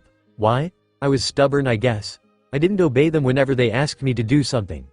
And after a couple of escape attempts, they got fed up with me, poisoned me and threw me away. You're saying you basically irritated them so much that they threw you out? I guess it could be seen that way, yeah, she. Reiju blinked in honest bewilderment. Somehow I can actually see that. I met you just yesterday and you've managed to irritate me unlike no one ever, man, those poor slavers. Having to deal with you for months. You're mean, Luffy pouted, again with the cute pouting. Does he know how cute it is? Is he doing it on purpose? Is this a tactic? Reiju berated herself again and brought her thoughts back to sensible matters. She knew he wasn't telling her everything. The wounds she had seen on him had been awful, so the casual way he had said it was him obviously downplaying it. She didn't press further though, as it was probably a lot of bad memories. Okay, how about before you got caught? Where did you live? I'm from Dawn Island in East Blue. If I remember correctly, that's where the Goa Kingdom is, right? Cleanest kingdom in East Blue? Luffy's face scrunched up in disgust. The place is only clean because they throw out all the trash outside the kingdom in the Grey Terminal. I see. So it's like that, huh? Reiju nodded. A lot of countries did that actually, and it was nothing new. Reiju asked a few more questions and Luffy answered truthfully before the topic of Shanks came up. Reiju had asked why he wanted to become the Pirate King, and with bubbling excitement, Luffy started telling her all about Shanks. How he had met Shanks, how they had hung out together, how he had accidentally eaten his devil fruit, all the stupid and idiotic stuff he did to get on his ship, which had Reiju giggling, how Shanks had saved his life, and he finished the story with the promise they had made on the hat. By Shanks, you don't mean red-haired Shanks, do you? Reiju asked as Luffy completed his story. Yep, the same. He's pretty famous now, huh? I heard he's a Yonko. Reiju was astonished. This boy had a connection with one of the pirate emperors, and on top of that, he had made a promise with the emperor that he would surpass him and take the title of Pirate King. It didn't seem like he was lying. The excitedly animated way he had told his story of how he spent his time with Shanks and his crew was all too real. Luffy was surprisingly a good and engaging storyteller. The only flaw, if it can even be called as such, was he would sometimes name-drop certain people as if expecting the other person to already know who that was, but as he goes on with his narration, it became apparent. For example, he had casually mentioned someone named Makino with no context, but it became apparent later in the story that she was the owner of the bar they hung out in. She was also astonished that Shanks was such a childish person. She had heard of Shanks, of course, but it was only of how he had caused some big incidents and how ruthless and strong he was. But the Shanks in Luffy's story was completely different. Are you sure that that's the same Shanks? He seems so childish from your stories, but he's a powerful and ruthless Yonko, you know. Yeah, he's childish all right. One of my friends even said that that's the cute side of him. Luffy smiled, reminiscing the time Uda had called Shanks' childishness his cute side. Cute? Reiju asked, bewildered. Now I'm sure we're not thinking of the same Shanks. Red hair, 3 scars over his left eye, 1 arm? Luffy's mood deflated a bit. Yeah, I'm the one responsible for the arm. He lost it when he saved my life. Oh, Luffy bounced back quick though, but that's why I promised him, I'll create a crew greater than his and surpass him. I see, Reiju smiled. He saved your life giving up one of his arms in the process and also indirectly gave you a devil fruit. No wonder you're so adamant. You must feel that you can't just disappoint him. Yeah, I don't mind dying while chasing my dream. But I hadn't even set out on my journey yet and I refused to die before that. Only after I become the Pirate King, the freest man on the seas, will I be satisfied. I see, freest man on the seas, huh? Sounds wonderful. Reiju couldn't help but smile at that. She was even more astonished that Shanks was such a good person. She wondered if they were different people too, but then again, she knew nothing personal about Shanks and the newspapers did embellish a lot when it came to pirates. Giving up his arm to save a random 7-year-old boy and then also acknowledging his dream. Did he see something special in this boy or is he such a good person to everyone? She wondered. So, he's the reason why Luffy has such a good impression of pirates. Luffy went on to tell more stories about Shanks and his crew. Of all the stupid things he did to get Shanks to accept him in his crew and all the crazy stories they used to tell him and the amazing songs they used to sing at the bar. Reiju couldn't help but ask follow-up questions and have an engaging conversation with him. Without even realizing it, she was smiling or laughing the whole time. That's something she hadn't done in a long time.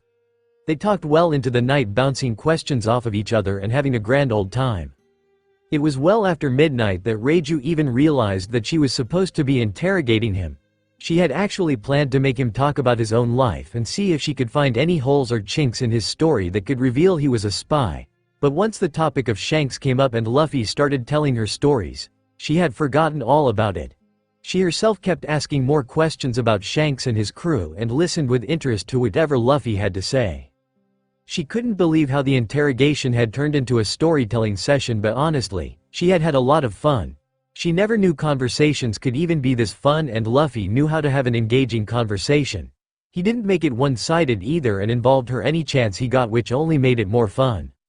Once she realized that though, she decided to end the conversation then. Her bad mood had actually subsided. In fact, she was feeling refreshed now, and she just wanted to take a nice nap now.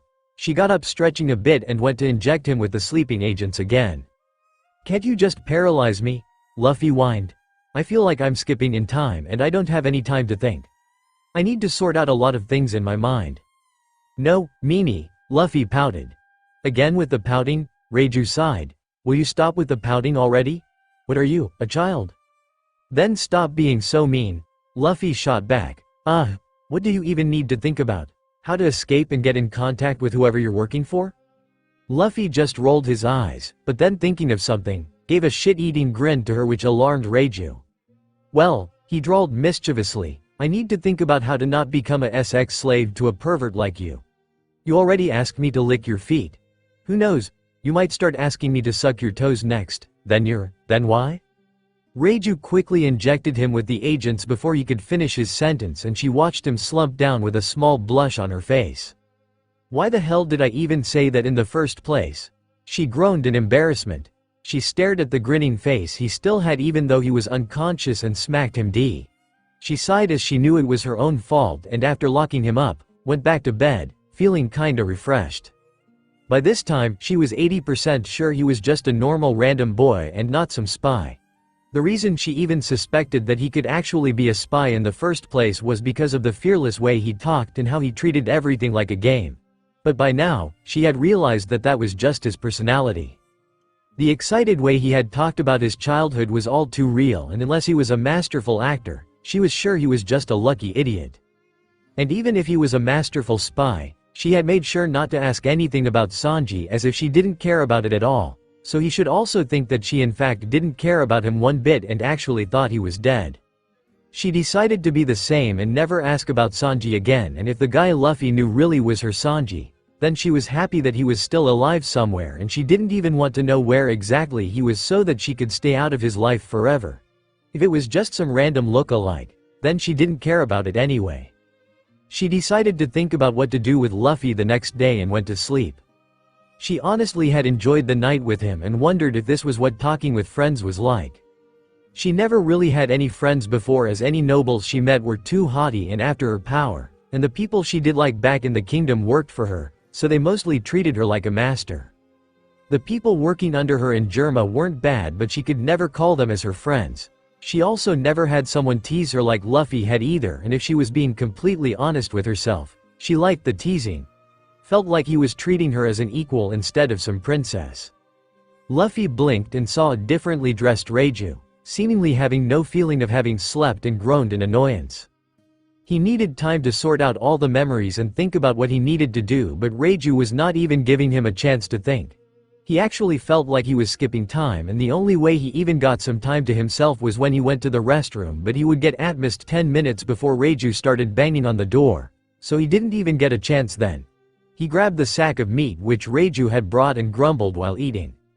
"The hell are you grumbling about?" Reiju asked when she noticed his dissatisfied expression. "Nothing," Luffy sighed and finished eating quickly. "So what are we doing tonight?" Reiju just stared at him for a few moments before sighing. "I took a step back and reviewed what all we talked about since the beginning." "Okay, and I have to say that you're strange." Luffy tilted his head confused. Okay." Reiju sighed again before explaining, "I mean, all you did since the beginning was tell me about someone who you thought was Sanji, and thought that you could exchange information about him in return for me saving your life. Your words and actions were definitely suspicious, but I realized yesterday after you told all those stories from your childhood that you're just plain weird." She had thought about it the whole day while she was at the castle and had finally made up her mind that he wasn't a spy. And even on the off chance that he was a spy, then he had absolutely nothing on her and she would still be wary enough of him to not divulge anything that would put her at risk in the future. She still had one last test though, which she would enact tonight to confirm his innocence. Luffy cheered internally. "Finally. You're just an idiot. A lucky one sure, but just an idiot." "Stop being mean," Luffy whined with a slight pout. "And a child for pouting like that every damn time." Luffy sucked in his lips to stop his pout, which only made the situation more funnier and caused Reiju to let out a giggle. Seeing her giggle though, Luffy wanted to tease her back, so with a shit-eating grin, he opened his mouth again. "Well, if I'm a child, then what are you?" who asked the child to lick her face. Reiju smacked him hard before he could even finish the sentence. "You bring that up one more time and I'll actually kill you."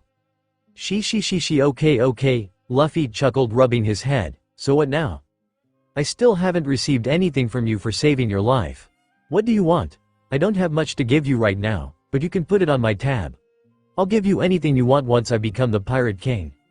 "Didn't you also swindle the poor barmaid from your stories with the same promise?" Reiju teased. "Hey, I will pay up my tab with Makino," Luffy protested. "Sure you will." Luffy just shrugged and thought about what he could give her. "You can use me as a guinea pig for testing poisons?" he suggested. Reiju blinked in surprise. "Really? As long as I get to leave this place and you drop me off on some island, I'll do anything," he said resolutely, but then added, "anything non-sexual." "Don't push it," Reiju warned, but then thought about his offer. "You don't understand. I have tons of poisons I want to test which can make a person feel all sorts of things like burning, freezing, give seizures, and a whole lot of pain. I don't mind. It will help train my endurance." "Wow, you really are crazy. How do you usually test your poisons?" "Oh, we have lots of enemies, so I run into tons of people all the time who are out to kill me or my family, so there's no shortage of guinea pigs." "Oh, well that's back at the kingdom. I currently don't have anyone to test poisons on." "Great then, I'll be your guinea pig." Reiju got a manic glint in her eye, already thinking of all the experiments she had held off on as she didn't have anyone to test it on. "Okay then. I'll tell you where you'll get dropped off after the reverie is done." "What day of the reverie is it?" "Today was the 5th, 2 more days to go." Luffy hummed in acknowledgement. "What's the deal with the death pit anyway? I mean, this is supposed to be just a meeting, right? Why is there even a death pit here in the first place?" Reiju sighed and explained about the family of royals that was beaten and thrown in the death pit and how it was an unspoken threat by the WG to all the attending kingdoms. They really are bastards, huh? Luffy said after she finished the story. Can't wait to take them all down one day. Huh? What did you just say? Luffy just shrugged. Forget it? No, tell me now. Who are you gonna take down? The celestial dragons? Luffy said with a sigh. That just made Reiju laugh out loud. Ha ha ha, the audacity of saying that right here in Mariajoy. Wow, you sure are pretty stupid after all. Luffy didn't comment anything. He would either directly or indirectly take them down one day. Either him becoming the Pirate King will lead to their downfalls somehow, or Dragon will succeed in dethroning them. Didn't know I even had a dad. And he's a pretty big deal in the world, huh? And Sabo is with him right now. Sabo, I want to meet him so bad. And Sabo wants to take down the celestial dragons too. So of course that dream of his will come true. Shish. Before he could think further, Reiju interrupted him again, and he sighed internally in annoyance. This kept happening since he had been rescued, and he didn't get any time to think at all. Don't say that ever out loud, okay? The celestial dragons are the gods of this world. They need to be respected. Luffy just gave her a deadpan look. He knew she was saying that because she had to keep up the facade of being an elitist royal herself, so didn't comment anything. Well anyway, Reiju got up stretching. I'ma go hit the sack.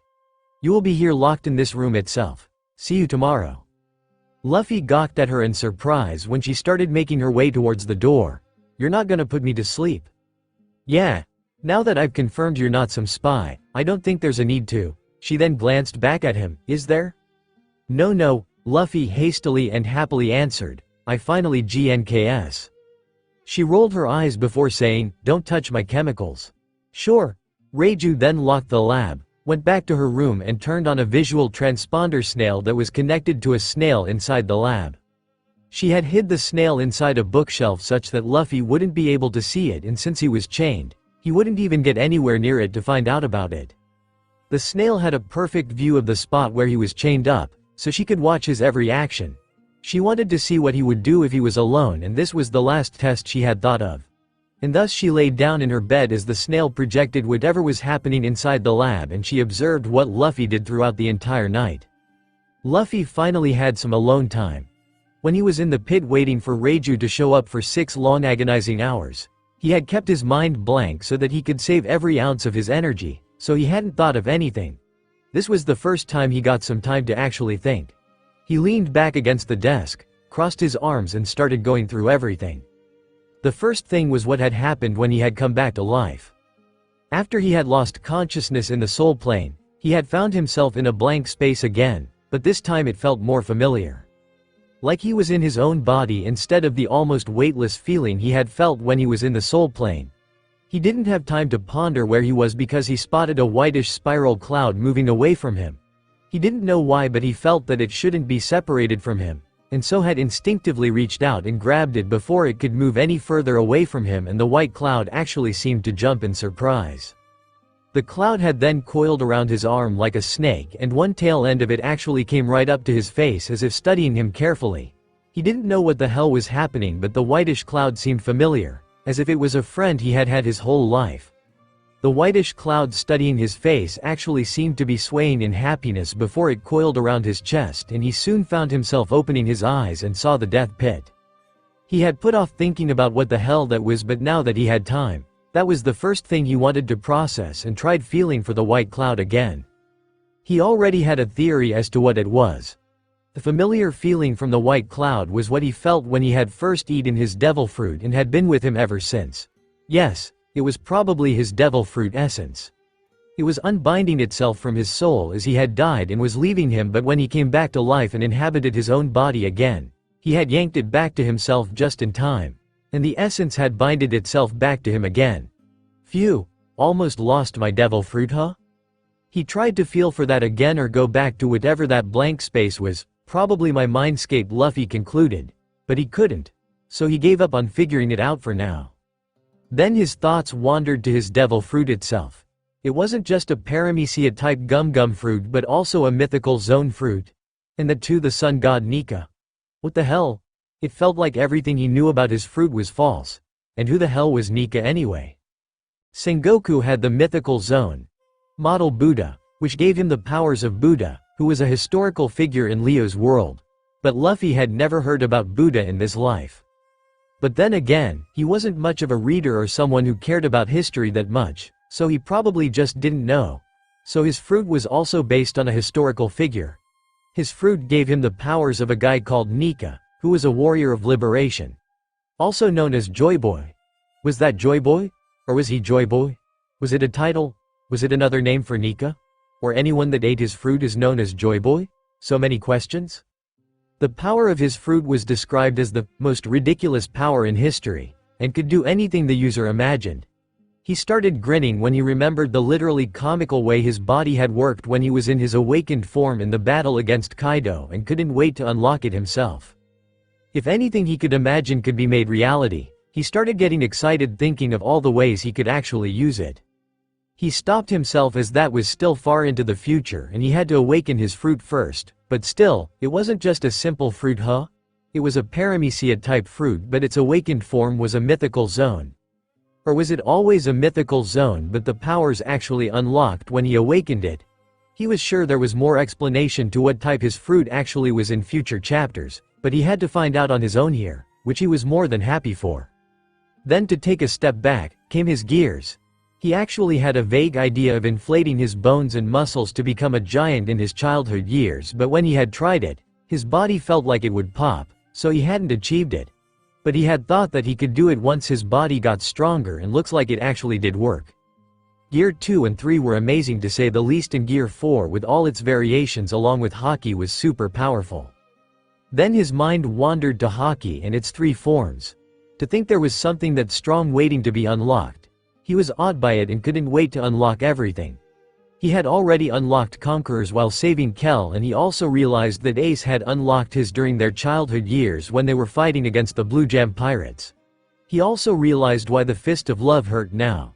Stupid Gramps was using armament to hit me. Then came the techniques the CP9 agents used which had made Story Luffy acknowledge that a human body could even be trained to be that strong.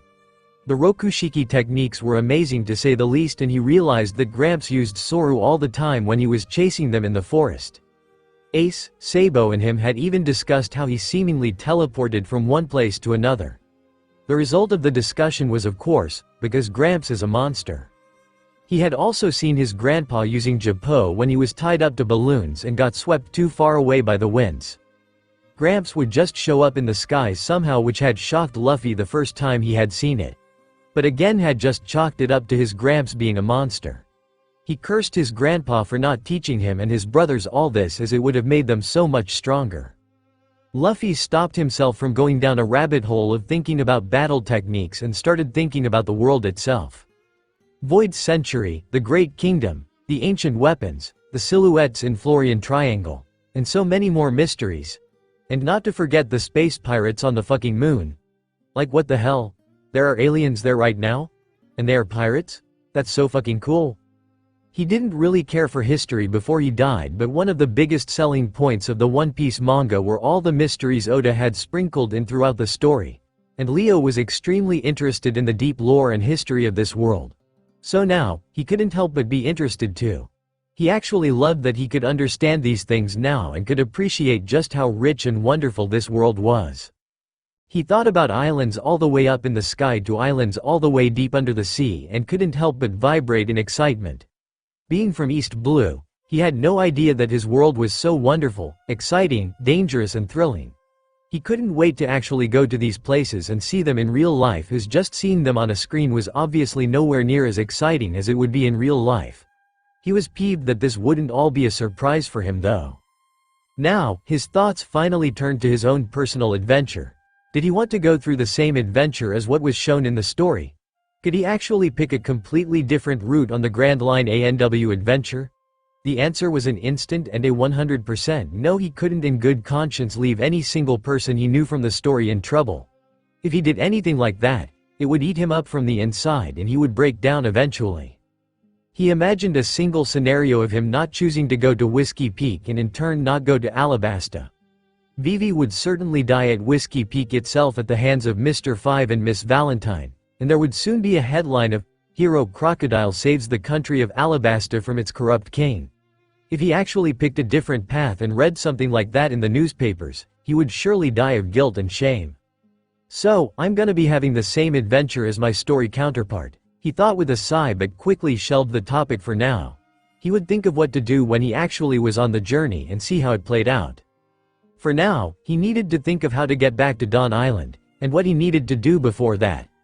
He was too late in the timeline to actually save anyone in any meaningful way by ridding their tragedies before they could happen. Kuina was already dead, Belmir was already dead, and Kokoyashi was under Arlong's rule, Banshino was dead, and so on. And in the present time, all his crew and friends were physically and relatively safe, but still some of them were in a lot of pain. His mind started wandering to Nami, to Brook, to Vivi, to Robin, to Yamato, to Konis, to Isa, to Rebecca, to Shirahoshi, to Momo, to Ace, to Kairos, to Viola, and all their backstories suddenly started playing in his mind all at once, and when his mind reached Otama, Otoko, all the people in Wano starving and suffering because of Kaido and the smile fruits. Tears started pouring from his eyes as his heart clenched. Otama had called him Aniki and saw him as a brother, and she was currently probably all alone and hungry. He remembered the scene of her selling the hats she made with her own hands with a bright happy smile while she starved. And he cried as he couldn't do anything for her currently. He didn't care about many people and didn't see himself as a savior or a hero, but he wanted the people he knew to be well fed and happy. He didn't know what was happening, but all the sad stories started surfacing to the top of his mind, and he started banging his head on the ground to make the pain stop.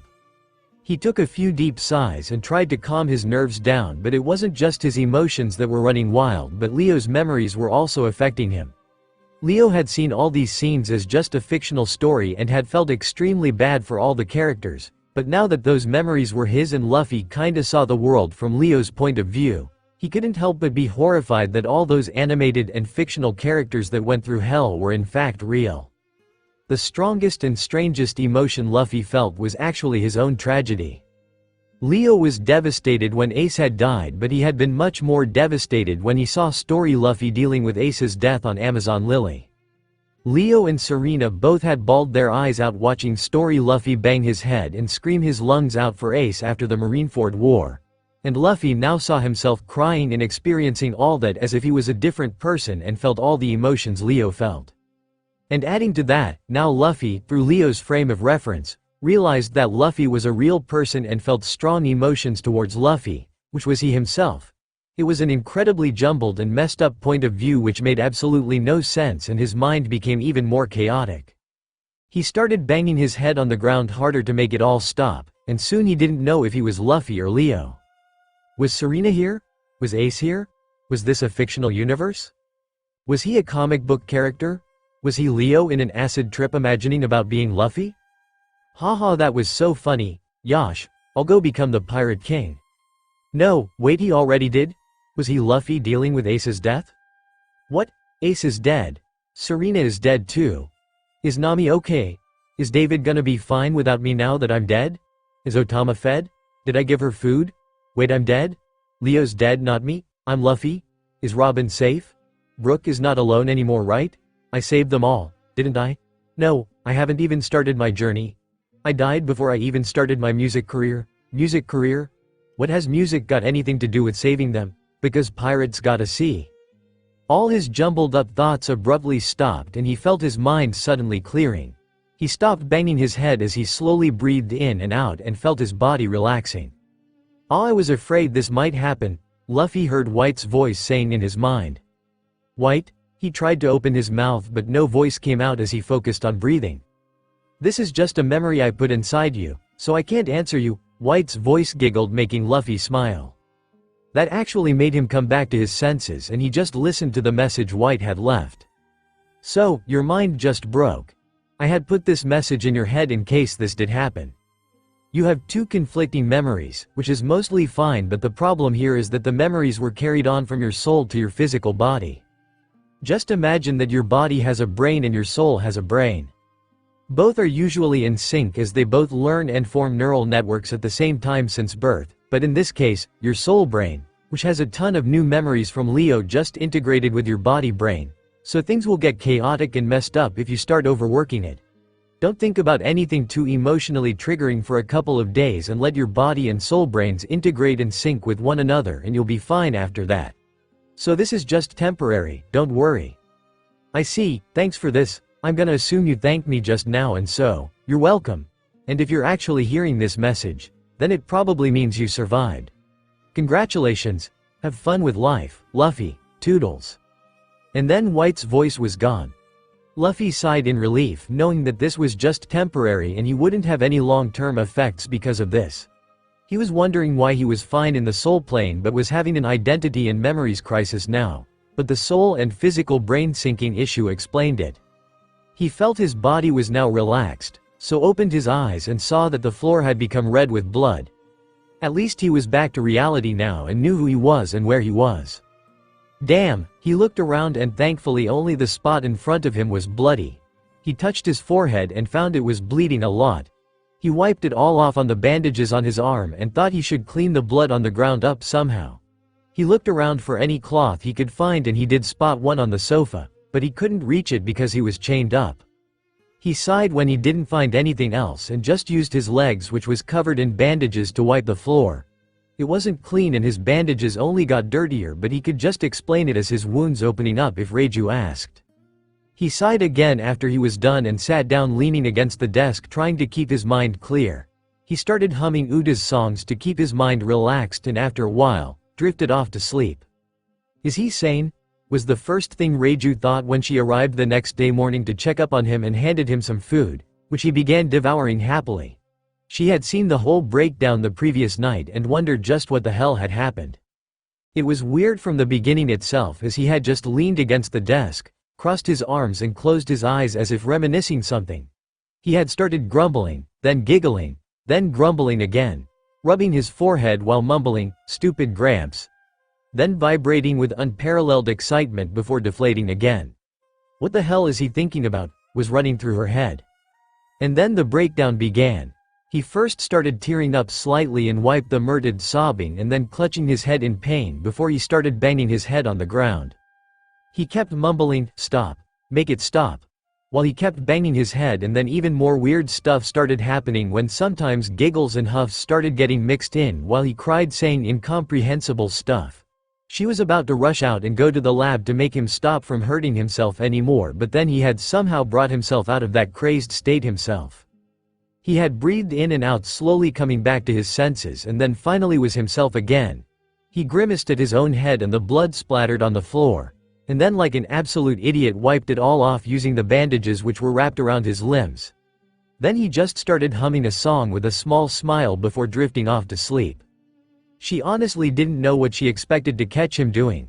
The most she had imagined was him trying to free himself or try to contact someone using some unknown means. But she had just found him in turmoil.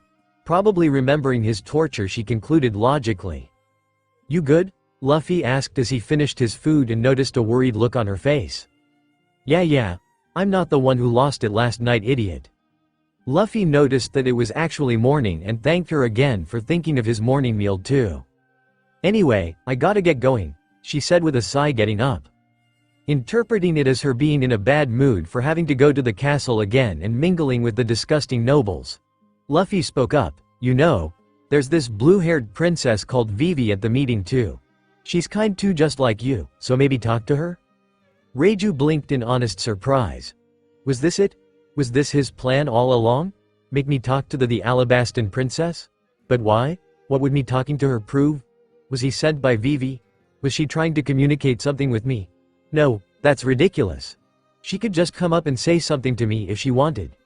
Reiju's distrusting and paranoid side started making all sorts of speculations again. "Just saying that's all," Luffy continued when she didn't answer. "She was gonna be my second choice if you didn't happen to save me and I got a chance to see her." I see, he could be just telling the truth or this was some elaborate plan. She decided that she would observe and talk to this Vivi and judge for herself what the case was. Luffy spent the entire day either training his body or thinking about what to do. He had slowly processed the thoughts so that he wouldn't lose it and it had worked as he had come to a few conclusions. First was what had led to the Marineford War, the murder of Thatch. He had seen the date in the newspapers and realized there were still 18 months left before his 17th birthday. The story didn't really explain when exactly Ace had joined Whitebeard, when he had become the 2nd Division commander, and when exactly Teach had killed Thatch. Also didn't explain how long Ace had been looking for Teach before they met in Alabasta, so there was no reference to whether the event had already happened or not. For now, he assumed that it was yet to happen and wondered if he could prevent it altogether. And the answer was a number. For him to go up to the Whitebeard crew and tell them that one of their crew members will kill another crew member would be a one-way ticket to hell for him.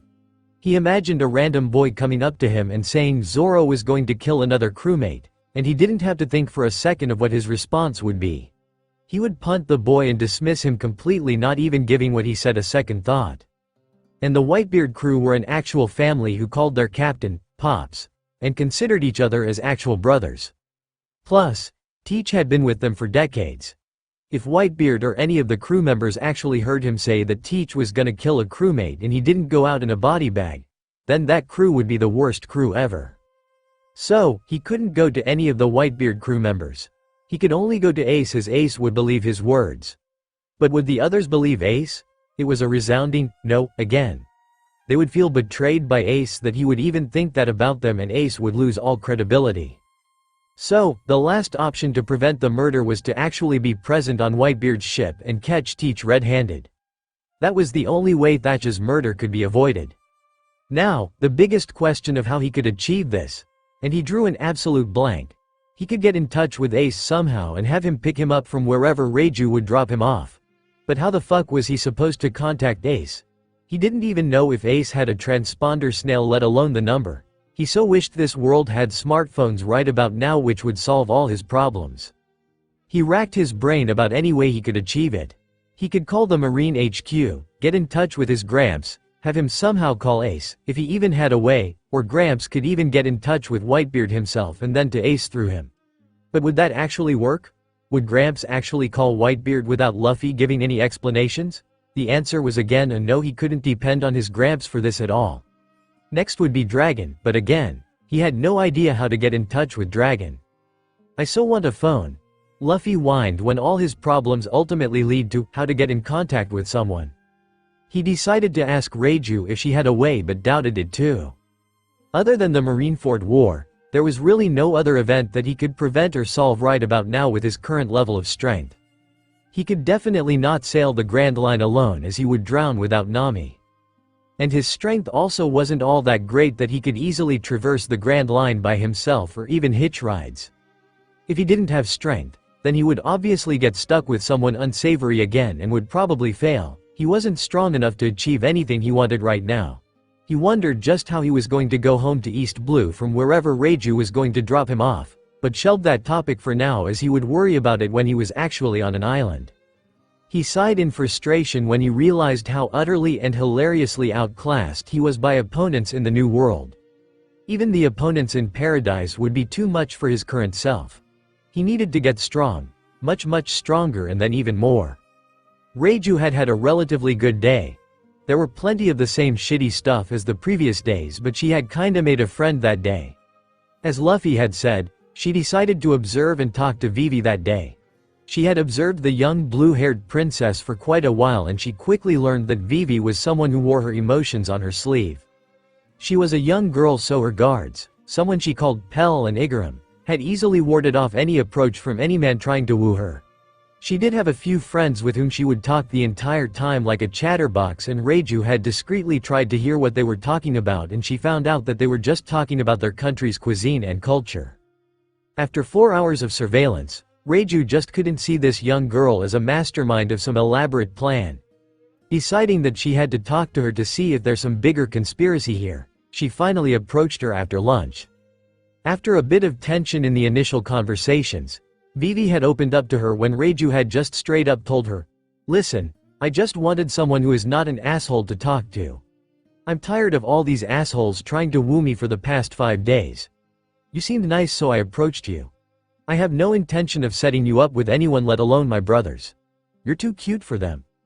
Vivi was apprehensive at first when the only princess of the Germa kingdom had approached her, as she was sure the pink-haired princess was here to try to set her up with one of her. Already tried that tactic, and whenever someone tried it, she would discreetly signal Pell or Igaram to interrupt them so she could politely escape from the person.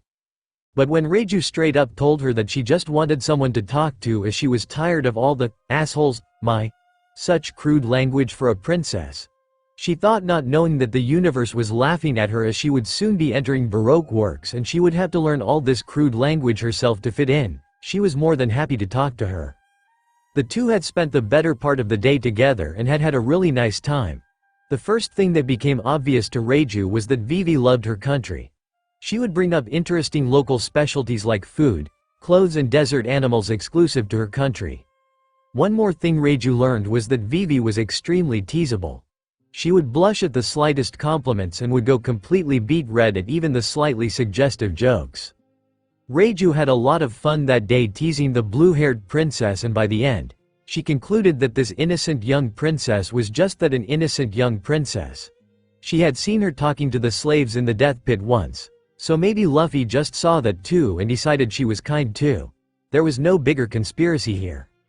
You were right about Vivi. She was easy to talk to and we spent pretty much the entire day together. Today was less sucky compared to the last few days, was the first thing Reiju told Luffy as soon as she came to the lab. She, that's great. You look happy too. Reiju then proceeded to tell him some of the conversations that they had had, and more importantly how easy it was to tease Vivi. She told him how easily she went beet red at even the slightly sexual topic, even just kissing, and all the ways she had made her go red in the face. Luffy got a mischievous glint in his eyes and filed that piece of information for later use, and the two had a good laugh at the poor blue-haired princess's expense that day. You know, I thought that this was some elaborate plan you were cooking up and maybe Vivi was involved somehow. Luffy paused from eating and stared at Reiju. You're never gonna trust me, huh? Nope, Luffy nodded with a sad smile. Well, okay then, just gotta break down your walls too. What? Him? Leo, my brother, he said that I'm someone who can break down people's walls really easily and plant myself in their hearts, so, I guess I'll make you like me too. Reiju blinked in honest bewilderment. How the hell can you say something so cheesy with a straight face? Luffy just shrugged. You get analyzed as much as I have. You can't help but acknowledge things about yourself. Analyzed? You were analyzed? By whom? Leo, Serena and a bunch more people. They all dissected each and every part of my life, my personality, and had lists of all the bad and good qualities I possess. Theories of why I worked the way I worked. A ton of debates of why people like me.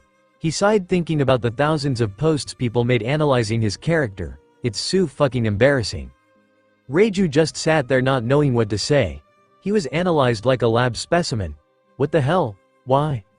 They just like me, I guess. Who's they? My brother Leo, his girlfriend Serena, and a ton of their friends. Luffy sighed. Well anyway, I got some questions to ask. Reiju wanted to know more about the analyzation topic, but then again, she had no idea what exactly to ask either. If I wanted to get in contact with Giant Osan, Whitebeard, how could I? What the hell? You want to get in touch with the Whitebeard? Why? She asked, completely bewildered and caught off guard. Another brother of mine was going to join his crew. I wanted to know if it's already happened or not. Maybe it was in the papers? Is there a new commander for Whitebeard recently? Fire Fist Ace? Reiju blinked again, completely gobsmacked. Any small doubts she still had of this guy being a spy flew right out the window, as what spy would say something like this? They would usually keep a low profile and collect information about her slowly and build trust. But this guy just straight up told her that he wanted to get in touch with someone massive. Hello? Luffy called out when she didn't answer, and that brought her out of her stupor. No, I don't think I've seen something like that in the papers. Oh, then I gotta wait until Ace joins his crew. Luffy crossed his arms and began thinking. You really think your brother can just join Whitebeard's crew and become a commander? Ace is strong. He definitely will. Well, after he tries to kill Whitebeard for a while at least. What? Don't worry. Giant Osan is strong. He won't die by Ace's hands. What? Reiju was losing her mind, not understanding what this boy was telling her. What the hell are you talking about? Too much to explain, forget it. Anyway, I still have to get in touch with Ace somehow. Know any means of getting in touch with Giant Osan? I'll call him after Ace joins. He's Whitebeard, the strongest man in the world. Stop calling him Giant Osan, and not anyone can just call him, you idiot. Luffy nodded sadly. Yeah, I've been trying to think of ways on how I can get in touch. Reiju breathed and took a second to calm herself down. This boy was utterly insane was an established fact in her mind now. Why do you want to get in touch with him? I want to get on his ship somehow, but I can't think of any way. Do you know where he is? I know he's somewhere in the New World. Yes, he's in the New World but no idea where exactly. Luffy nodded, and I don't think I can just traverse the Grand Line with my current level of strength. Reiju scoffed, you got that right. You'll die in paradise let alone New World. Yeah, Luffy trailed off with a sigh, I need to get much stronger. Well at least you recognize you're weak, Reiju sighed. Can you Luffy pointed at chains still binding his arms to the desk. Remove these? You can chain my legs up. I need my hands to train. You want to train now? She asked bewildered. Your injuries are quite significant you know. You need to recover first, don't you see the condition your body's in?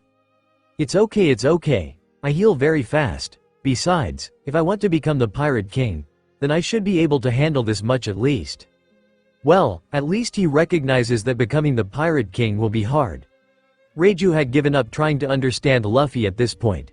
She acquiesced to his request and chained him up such that his leg was attached to a chain but he could walk a few steps away from the desk if he wanted.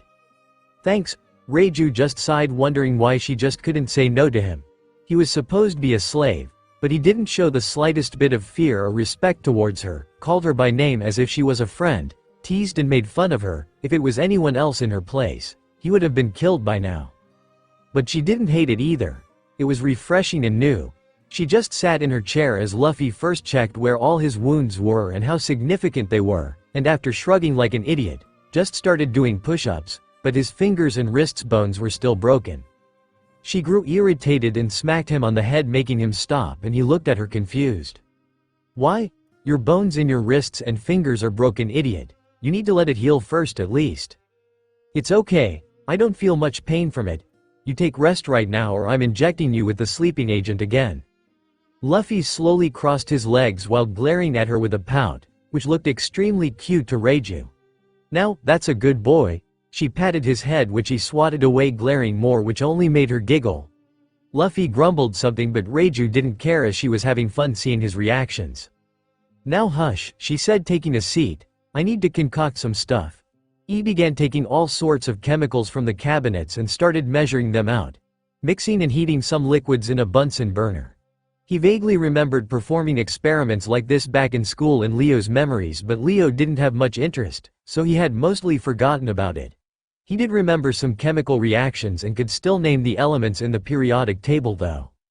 Then his mind wandered to element names like californium, americium, europium and wondered if those elements had the same name here in this world too.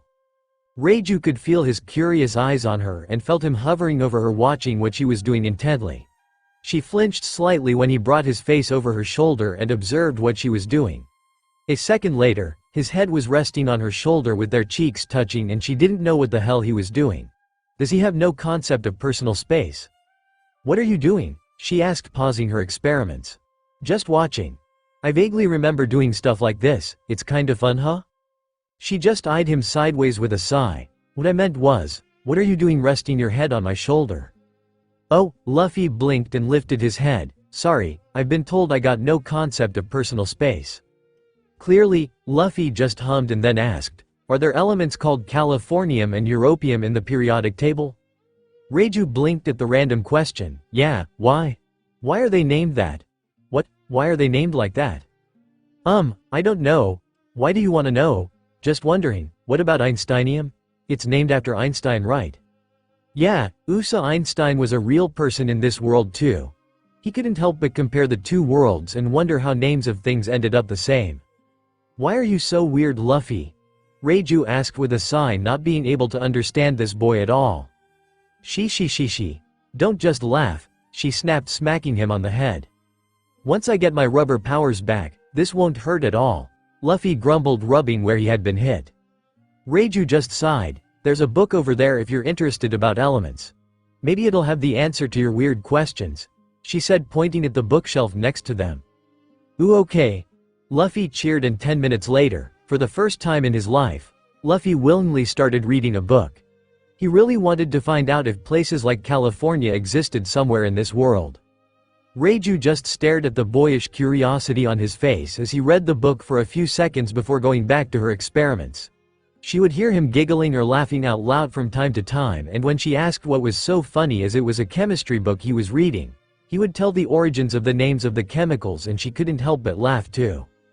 It would nag at her and she wanted to know why certain things were named like that too, and soon she found herself sitting on the ground next to him going through some books finding answers to his weird questions together.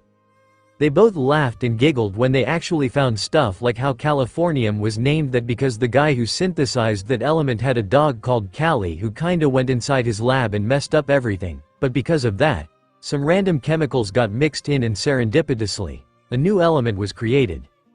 His dog had apparently died because some toxic chemicals ended up falling on it, so in honor of his dog, he named the new element for Callie, but someone messed it up and ended up calling it Califor, and IUM was added to most element names, and thus Californium was named. There were a ton more funny name origins for so many elements and Luffy laughed his ass off reading about it, and by transitivity, Reiju couldn't help but laugh too. Reiju woke up with a start and was shocked to find herself still on the floor of her lab leaning against a bookshelf with a sleeping Luffy next to her. She couldn't believe that she had let her guard down so much that she had fallen asleep next to someone who a part of her mind still thought could be a spy.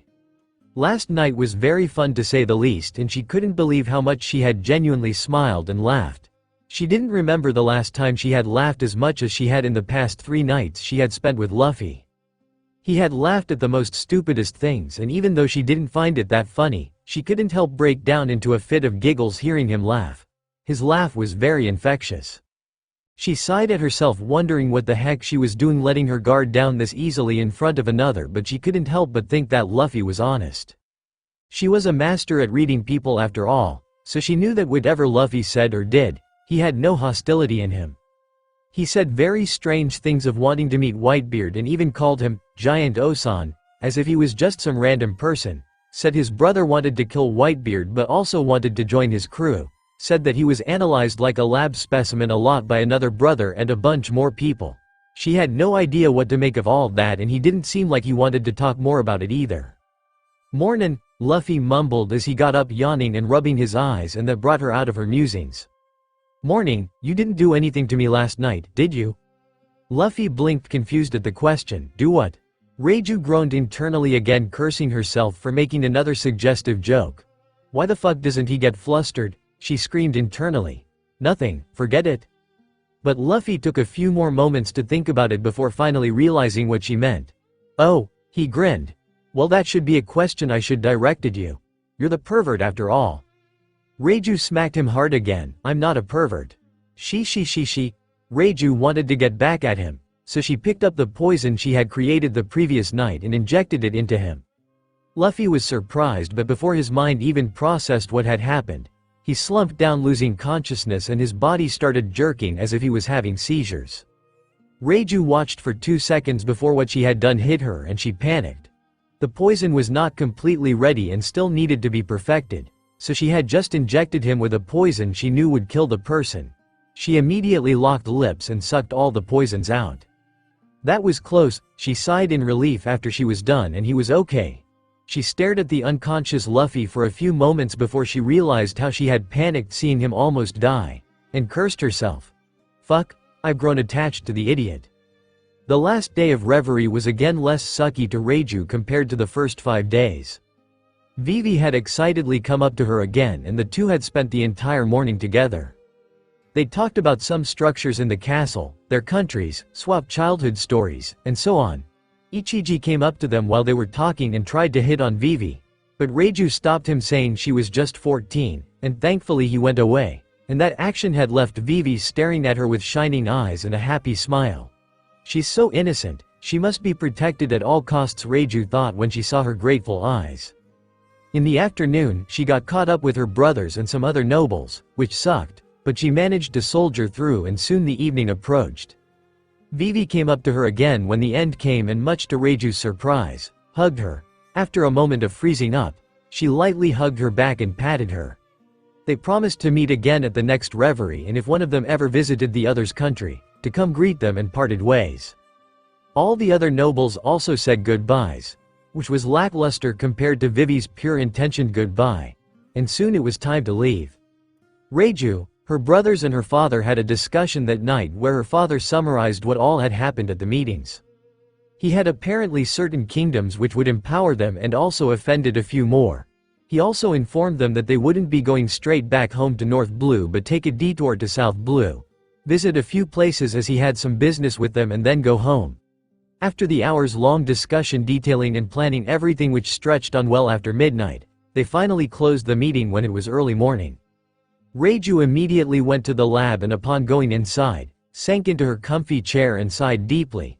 She thought it was over and they could finally go back home, but now she had to spend more time in close proximity with her family.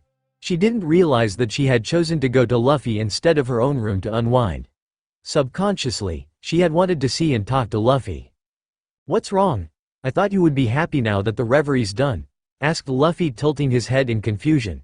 He had just spent the day training and had worked up quite a sweat. "Father decided where we'll go next. Earlier we were just gonna head home to North Blue, but there's been a change of plans. Something they talked at the meeting, I guess." "Oh, yeah, we'll be heading to South Blue first, visit a few places and then go home to North Blue."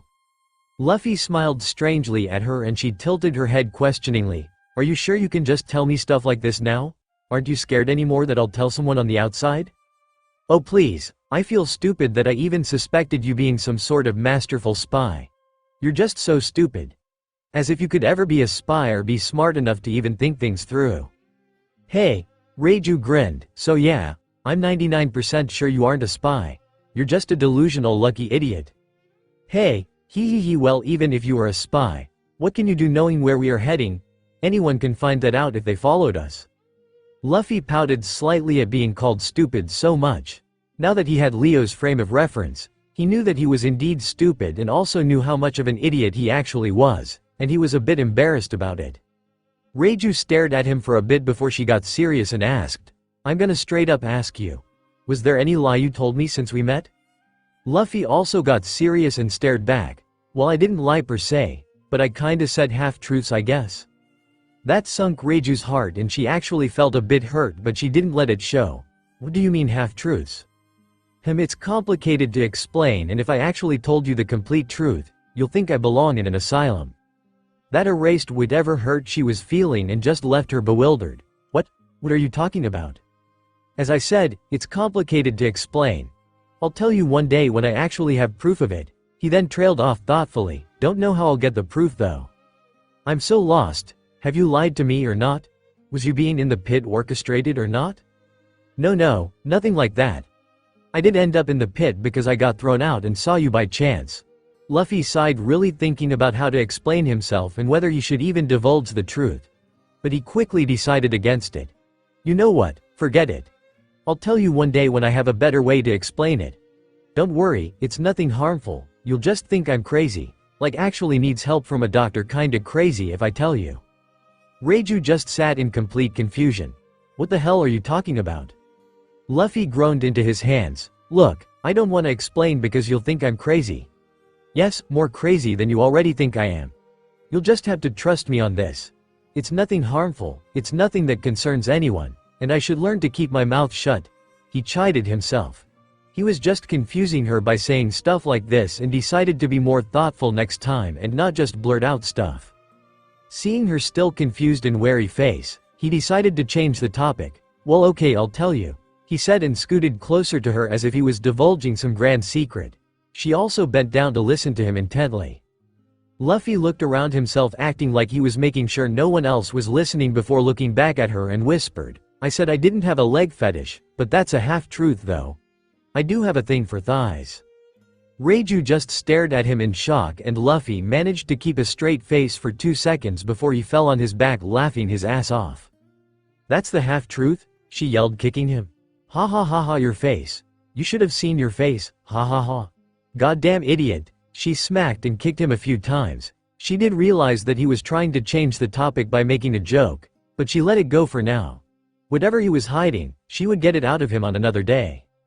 Reiju just sighed after she got her frustrations out of her system by kicking him repeatedly. I should be killing someone like you who raises so many red flags, but at the same time, I don't think you mean any harm.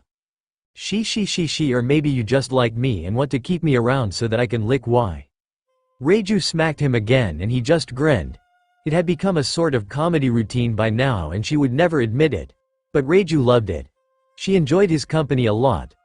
All his stupid jokes and stories, some of his weird quirks and questions had made her genuinely laugh more than she had ever done in her 20 years of living. And he had even helped her make a sort of friend in Vivi. Didn't know you could get attached to someone this quickly, she sighed. The thought of keeping him as her own slave forever instead of dropping him off somewhere did pass her mind, but she quickly swatted it away. She was never gonna become a monster like her family, and besides, Luffy was too motivated and had big dreams. The ship started moving, then bringing her out of her thoughts. We're leaving already? Luffy asked. Yeah, no reason to stay here anymore. She looked at the curious look on his face and asked, want to see outside? Luffy vibrated with excitement as he nodded his head vigorously. No matter what, this was the first island he had been on in the Grand Line, as far as he knew at least, and he wanted to see it with his own eyes.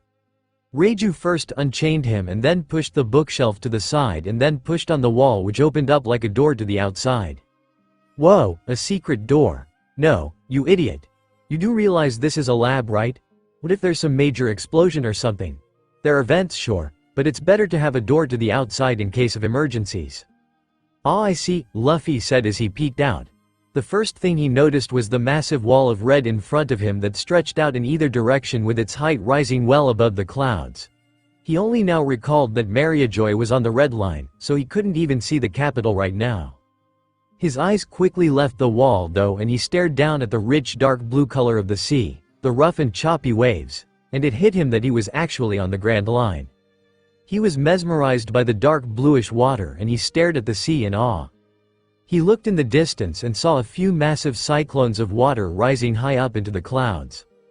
In another direction, he spotted a massive sea king just chilling with its head above waters, apparently enjoying the early morning rays of the sun. He felt the harsh winds blowing on his face. He heard the chirps and cries of news-coos and a few other birds and sea creatures. He heard the rhythmic sound of the waves crashing against the ship. And he instantly knew that this is what he wanted to see and hear for the rest of his life. Wow, Reiju noticed that he was actually looking at the sea instead of the red line and got confused. You're saying that about the sea? Yeah, Luffy breathed, it's beautiful. The thoughts he had that seeing the places in the anime would ruin the actual thing for him flew right out of the window as he watched the shimmering sea. It was so gorgeous and the age to capture 1% of its beauty. Reiju watched the odd look on his face and wondered just what he found to be so amazing and tried to look for it herself but couldn't see anything. What's so amazing? She finally asked. The Grand Line. It's my first time laying eyes on it, this is where my dream lies. Oh, she finally realized that if his story was true, then this in fact would be his first time seeing it. She just stared at his face, which was bubbling with excitement and awe, for a few seconds and turned her gaze to the sea too. She took a moment to actually appreciate the beauty of the sea too, and she noticed things she had missed before. The salty taste in the air, the rhythmic and soft crashing of waves against the ship and the red line, the calming sounds of the birds and other sea creatures, and she breathed in deep, taking in all the rich salty air, and breathed out slowly. She then stared back at Luffy, who still had shining eyes and lips curled up into a massive grin. Yeah, there's no faking that. This really is his first time seeing the Grand Line, she concluded. She turned her gaze back to the sea and remembered the first time she had laid eyes on the Grand Line. She remembered having felt this sense of awe too, and she was sure she was looking at it just like how Luffy was doing now. She remembered her childish thoughts that the world was so much bigger than she had ever imagined. She remembered her mother's stories and realized that the world was vast, truly realized it, and for a few seconds, she had imagined leaving her stupid family behind and going off on her own to find something or someone who could give her love and a feeling of home like her mother did. And then Judge ordered her to come to him and her body moved without her permission and her wishful thinking died. She had projected that wishful thinking onto Sanji, seeing how he was free from their father's expectations. She helped him escape, imagining it was her who was escaping. She gave up every dream and wishful childish thought she had and hoped that Sanji could live it in her place. That he could find people who would love and accept him for who he was, instead of her. That he would be free, instead of her. that he would live for the both of them. Overcome by emotions and realizing that there was no way Luffy could be a spy, she did something she had never imagined she would ever do. She would later berate herself for being so impulsive, but right this moment, she didn't care. She took a leap of faith. "Hey Luffy," she muttered softly, "tell me more about Sanji." Her heart felt like it was beating 1,000 times a second, thinking that this was it. She had messed up. He would show his true colors now and everything would be all over. Someone would grasp her weakness now and her life would become more of a living hell from now on. But then Luffy just looked at her and gave her a smile, and that dispelled whatever scared thoughts she was having and replaced it with a warm fuzzy feeling. "I don't know much, but I've heard he's an amazing cook. I can't wait to try out his cooking. He's really kind to everyone. More to women than to men obviously," he chuckled, "but still, he's turned out great. He's also found a father figure in the owner of the restaurant he works at." "Is he happy?" "Yeah, he's happy. But once he joins my crew, he'll be even more happy." Reiju nodded with a small smile. "I see." The two stared back at the sea, feeling the winds rush past them, enjoying the comfortable silence. And then Reiju frowned. "The hell do you mean he'll be more happy when he joins your crew? You haven't even talked to him yet? Stop deciding things for him." She, don't worry. He'll join me. What if he refuses? Then I'll refuse his refusal. It doesn't work like that, idiot." Sounds of she's and bickering and chiding continued in Reiju's lab as the Germa ship left Mariajoy.